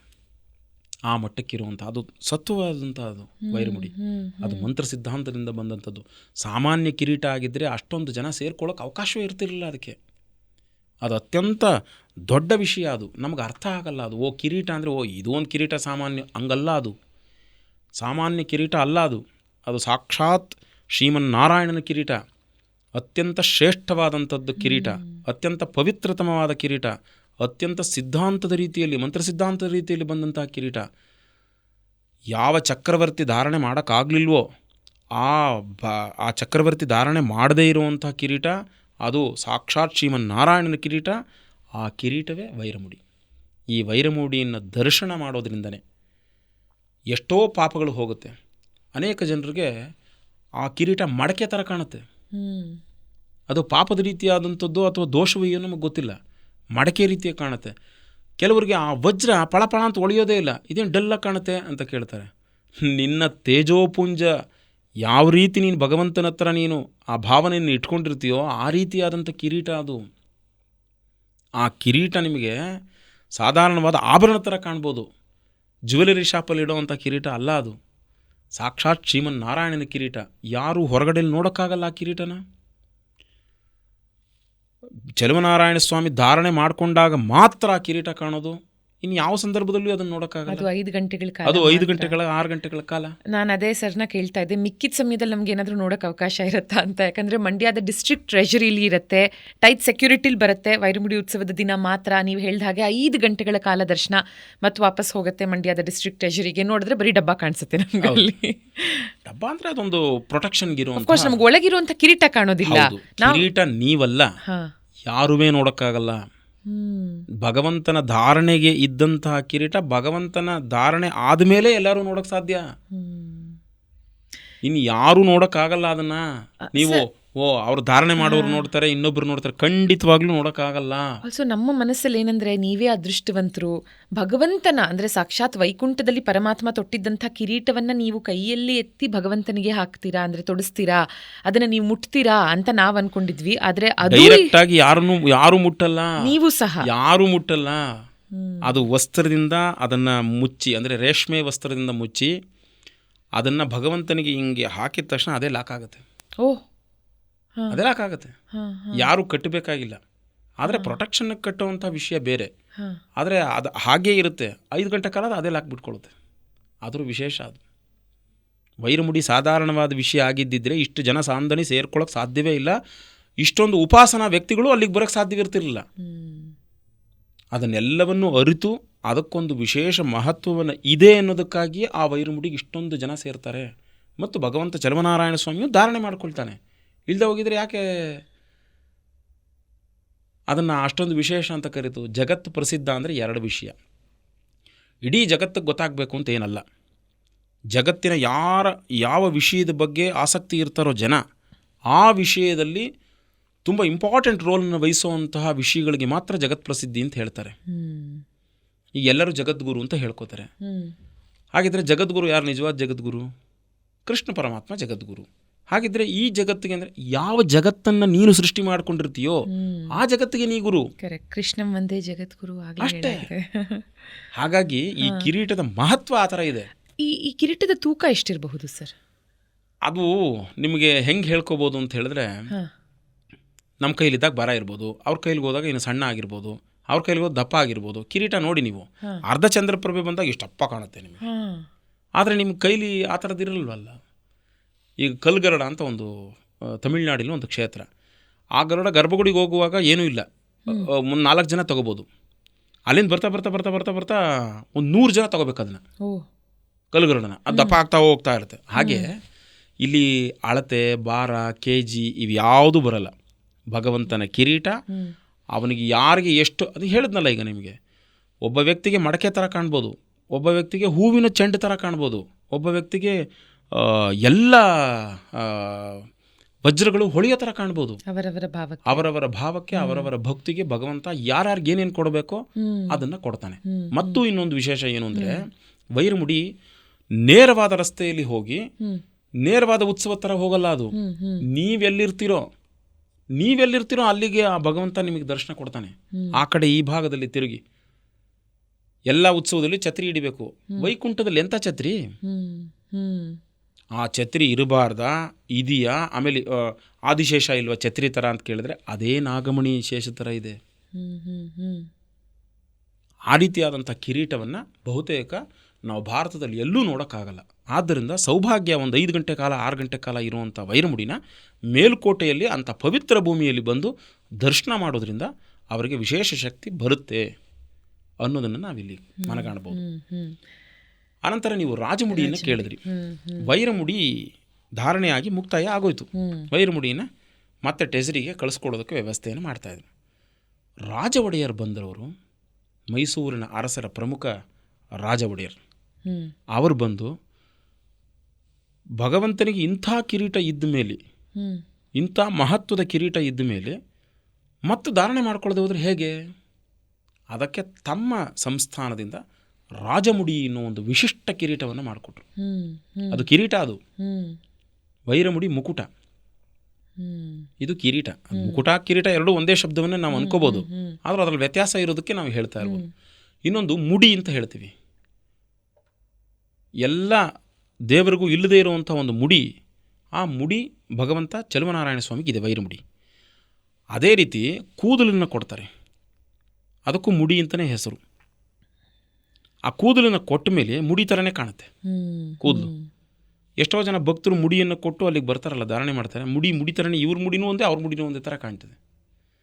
ಆ ಕೇಶರಾಶಿಯಲ್ಲಿ ಇದ್ದಂತಹ ಪಾಪಗಳನ್ನು ನಾಶ ಮಾಡಿ ಅದಕ್ಕೆ ಮೇಲೆ, ಕೇಶರಾಶಿಗೂ ಮೇಲೆ ಇರಬಹುದಾದಂಥ ಮುಡಿಯನ್ನು ಧಾರಣೆ ಹೇಗೆ ಮಾಡ್ಕೊಂಡಿದ್ದಾನೋ ಅದೇ ಮುಡಿಯನ್ನು ನಿನಗೂ ಕೊಟ್ಟಿದ್ದಾನೆ.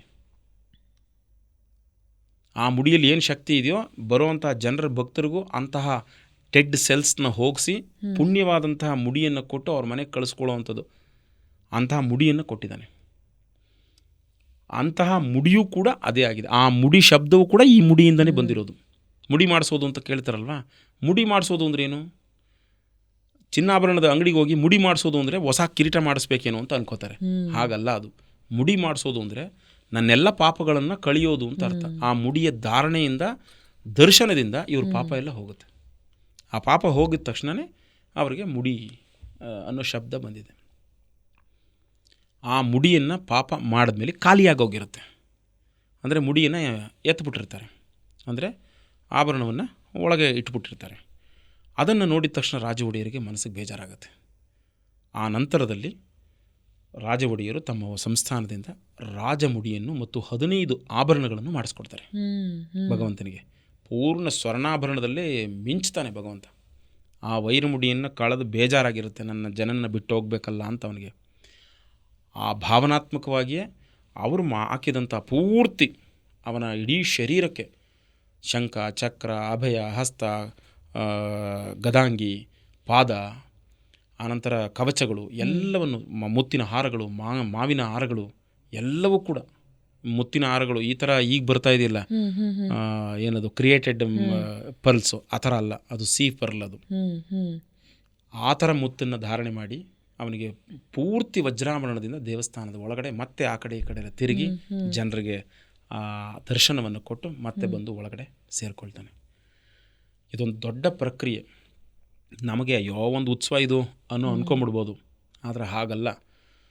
ಎಲ್ಲರ ಈಗ ಮನೋವೇಗಕ್ಕಿಂತ ಅತ್ಯಂತ ವೇಗವಾದಂಥದ್ದು ಗರುಡ. ಗರುಡನ ಮೇಲೆ ಗರುಡಾರೂಢನಾಗ್ತಾನೆ ಅಂತ ಹೇಳಿದ್ರೆ, ನನ್ನ ಮನೋವೇಗದ ಏನೇನೆಲ್ಲ ಆಸೆ ಇಟ್ಕೊಂಡ್ಬಿಟ್ಟಿರ್ತೇನೋ, ಕಾರ್ ತೊಗೊಂಡ್ಬಿಡ್ಬೇಕು, ಬಸ್ ತೊಗೊಂಡ್ಬಿಡ್ಬೇಕು, EMIಯಲ್ಲಿ ಸೇರಿಸಿ ನರಳಾಡ್ಬಿಡ್ತಾರೆ ನೋಡಿ, ಅಂತಹ ನರಳಾಡೋದಕ್ಕೂ ಕೂಡ ಒಂದು ಆಪ್ಷನ್ನನ್ನು, ಒಂದು ಮಾರ್ಗವನ್ನು ತೋರಿಸೋದಕ್ಕೆ ಈ ವೈರಮುಡಿ ದರ್ಶನ ಮಾಡಬೇಕು. ಅವನ ಏನು ಮನೋವೇಗಕ್ಕೆ ಏನಿದೆ ಅದನ್ನು ಕಂಟ್ರೋಲ್ ಮಾಡುವಂಥ ಶಕ್ತಿ ಭಗವಂತನಿಗಿರುತ್ತೆ. ಅದನ್ನು ಯಾವ ರೀತಿ ಪರಿಕಲ್ಪನೆ ಮಾಡಿ ಅವ್ರಿಗೆ ತಮ್ಮ ಜೀವನದಲ್ಲಿ ಮೇಲೆ ಬರಬೇಕು ಅನ್ನೋದಕ್ಕಿರುತ್ತಲ್ಲ, ಅಂತಹ ವೈರಮುಡಿಯನ್ನು ಧಾರಣೆ ಮಾಡಿಸಿದಂತಹ ಚೆಲುವನಾರಾಯಣ ಸ್ವಾಮಿ ಗರುಡಾರೂಢನಾಗಿ ಎಲ್ಲರ ಮನಸ್ಸಿನಲ್ಲಿ ಏನೇನು ಓಡ್ತಾ ಇರುತ್ತೆ ಅದಕ್ಕೆಲ್ಲ ಬ್ರೇಕ್ ಹಾಕಿ ಅದನ್ನು ಮುಂದೆ ಏನು ಮಾಡಬೇಕು ಅನ್ನೋ ಮಾರ್ಗದರ್ಶನ ಕೊಡೋನು ವಿಷ್ಣು. ಅದಕ್ಕಾಗಿ ಆ ವೈರಮುಡಿಗೆ ವಿಶೇಷವಾದ ಶಕ್ತಿ ಇದೆ. ಅದು ಮಂತ್ರ ಸಿದ್ಧಾಂತದ ಪ್ರಕಾರ ಅಂತ ಹೇಳಿದ್ನಲ್ಲ, ಅದನ್ನು ದರ್ಶನ ಮಾಡೋದ್ರಿಂದನೇ ನಿಮ್ಮ ಆಲೋಚನೆಗಳೆಲ್ಲ ಬೇರೆ ಥರ ಆಗ್ಬಿಡುತ್ತೆ. ಒಳ್ಳೆ ಆಲೋಚನೆ ಮಾಡಿ ಮೇಲ್ಕೋಟೆ ಪುಣ್ಯಕ್ಷೇತ್ರಗಳನ್ನು ದರ್ಶನ ಮಾಡಿ, ಮೇಲ್ಕೋಟೆ ರಾಜಮುಡಿ ವೈರಮುಡಿ ದರ್ಶನ ಮಾಡಿ ಬಂದರೆ ಅವರಿಗೆ ಎಲ್ಲ ಸುಸೂತ್ರವಾದಂಥ ಕೆಲಸ ಜನಗಳಿಗೆ ನಡೆಯುತ್ತೆ. ಸರ್, ಇವತ್ತಿನ ದಿನ ರಾಜಮುಡಿ ಮತ್ತೊಂದಕ್ಕೂ ಬಹಳ ಪ್ರಚಲಿತವಾದಂಥ ಹೆಸರು, ಅದು ಅಕ್ಕಿ. ಮೈಸೂರಿನ ಅರಸರಿಗೆ ಅಂತಲೇ ಬೆಳೀತಾ ಇದ್ದಂಥ ಒಂದು ಪ್ರಭೇದ ರಾಜಮುಡಿ ಅಕ್ಕಿ ಅಂತ ತುಂಬಾ ಫೇಮಸ್ಸು. ರಾಜಮುಡಿ ಉತ್ಸವದ ಬಗ್ಗೆ ತಿಳ್ಕೊಂಡ್ವಿ, ವೈರಮುಡಿ ಉತ್ಸವದ ಬಗ್ಗೆ ತಿಳ್ಕೊಂಡ್ವಿ. ಅಂದರೆ ನಾನು ಯಾಕೆ ಈ ಎಕ್ಸಾಂಪಲ್ ಕೊಟ್ಟೆ ಅಂದರೆ, ಒಂದೇ ಹೆಸರು ಎರಡಕ್ಕಿಟ್ಟಾಗ, ಆ್ಯಂಡ್ ಇವತ್ತಿನ ದಿನ ಜಾಸ್ತಿ ಜನ ಇದನ್ನು ಕನ್ಸ್ಯೂಮ್ ಕೂಡ ಮಾಡ್ತಿರೋದ್ರಿಂದ ಜನರಿಗೆ ಹೆಸರಂತೂ ಹೊಸತಲ್ಲ, ಆದರೆ ಅದರ ಹಿಂದಿನ ಇತಿಹಾಸ ಯಾರಿಗೆ ಗೊತ್ತಿಲ್ವೋ ಹೊಸದಾಗಿ ಖಂಡಿತ ಗೊತ್ತಾಗಿದೆ ಇವಾಗ ಒಂದು.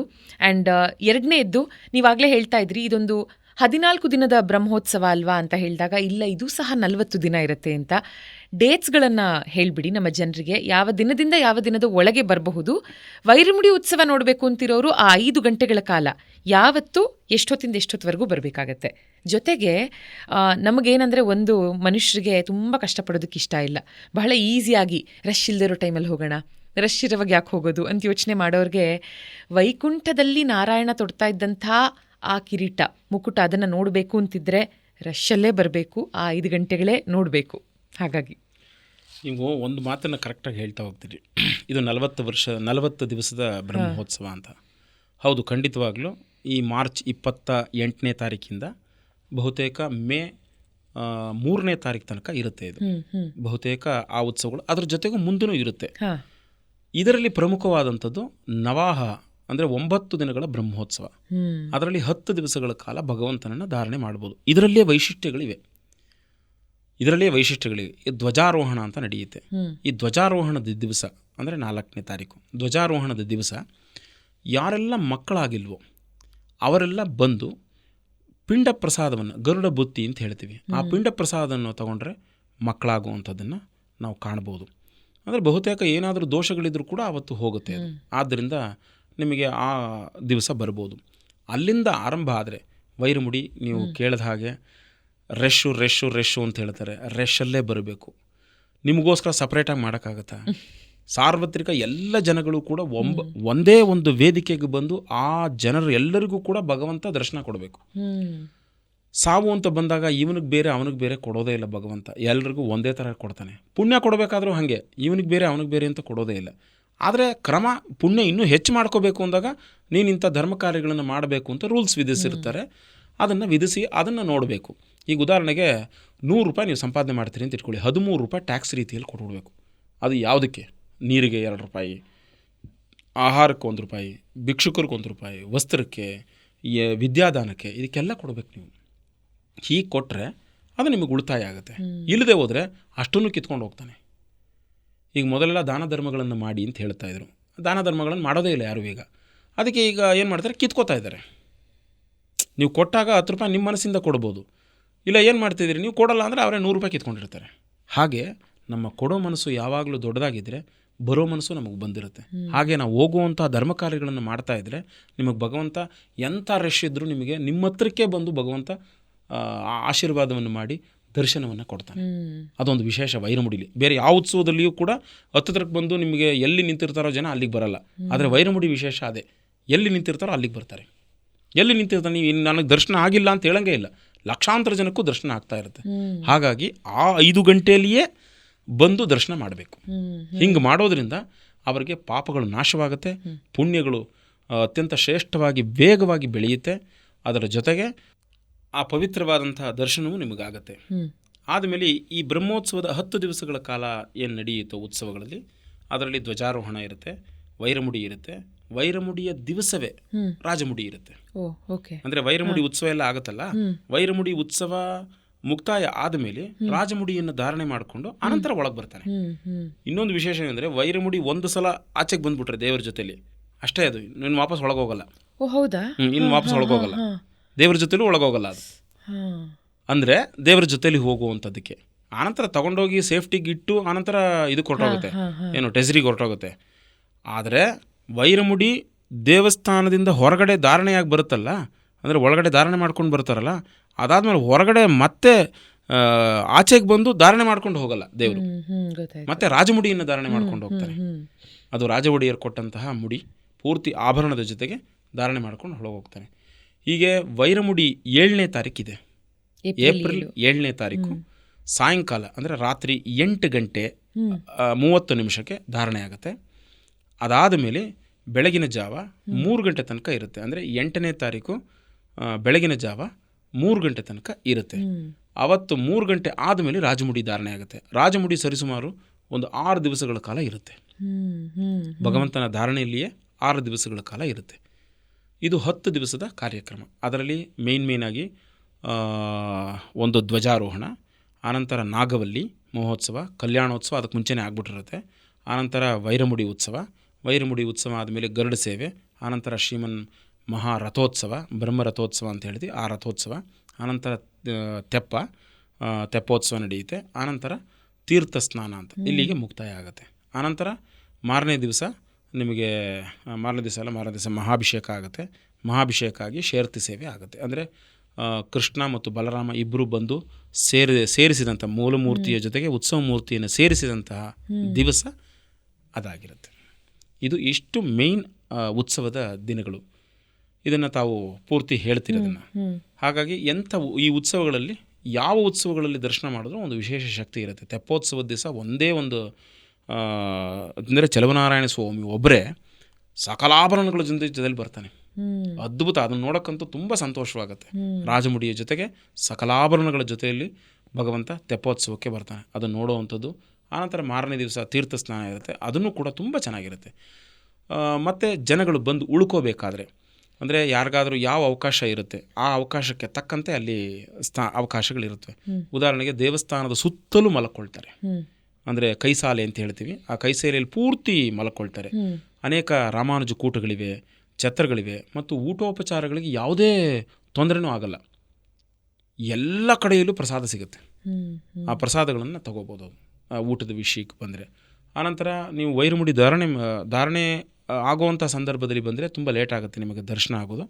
ನೀವು ಸಂಜೆ 6 ಗಂಟೆ ಒಳಗಡೆ ಅಥವಾ 5 ಗಂಟೆ ಒಳಗಡೆ ವೈರಮುಡಿ ಮಂಡ್ಯ ಟೆಸರಿಯಿಂದ ಒಳಗಡೆ ಬರಬೇಕಾದ್ರೇ ನೀವು ಬಂದು ನಿಂತ್ಕೊಂಡ್ಬಿಟ್ರೆ ಧಾರಣೆ ಮುಂದೆನೇ ಆಗತ್ತೆ.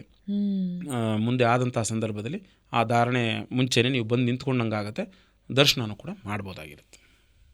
ಸರ್, ಬಹಳ ಧನ್ಯವಾದಗಳು. ಇಷ್ಟೆಲ್ಲ ಮಾಹಿತಿ ನಮಗೆ ಕೊಟ್ಟಿದ್ದಕ್ಕೆ, ಕಣ್ತುಂಬಿಸ್ಕೊಳ್ಳೋದಕ್ಕೆ, ವೈರಮುಡಿ ಉತ್ಸವವನ್ನು ನೋಡೋದಕ್ಕೆ ಕಾಯ್ತಾ ಇದ್ದೀವಿ. ಮೇಲುಕೋಟೆ ಇತಿಹಾಸ, ವೈರಮುಡಿ ಉತ್ಸವ, ರಾಜಮುಡಿ ಉತ್ಸವ ಎಲ್ಲದ್ರ ಬಗ್ಗೆ ನಮಗೆ ತಿಳಿಸ್ಕೊಟ್ಟಿದ್ದಕ್ಕೆ ಥ್ಯಾಂಕ್ ಯು ಸೋ ಮಚ್. ಆದರೆ ಮತ್ತೊಂದು ಎಪಿಸೋಡ್ ನಾವು ಮೇಲುಕೋಟೆ ಬಗ್ಗೆ ಇನ್ ಡೆಪ್ತ್ ಫುಲ್ ಡೀಟೇಲ್ ಆಗಿ ಮಾಡಲೇಬೇಕು.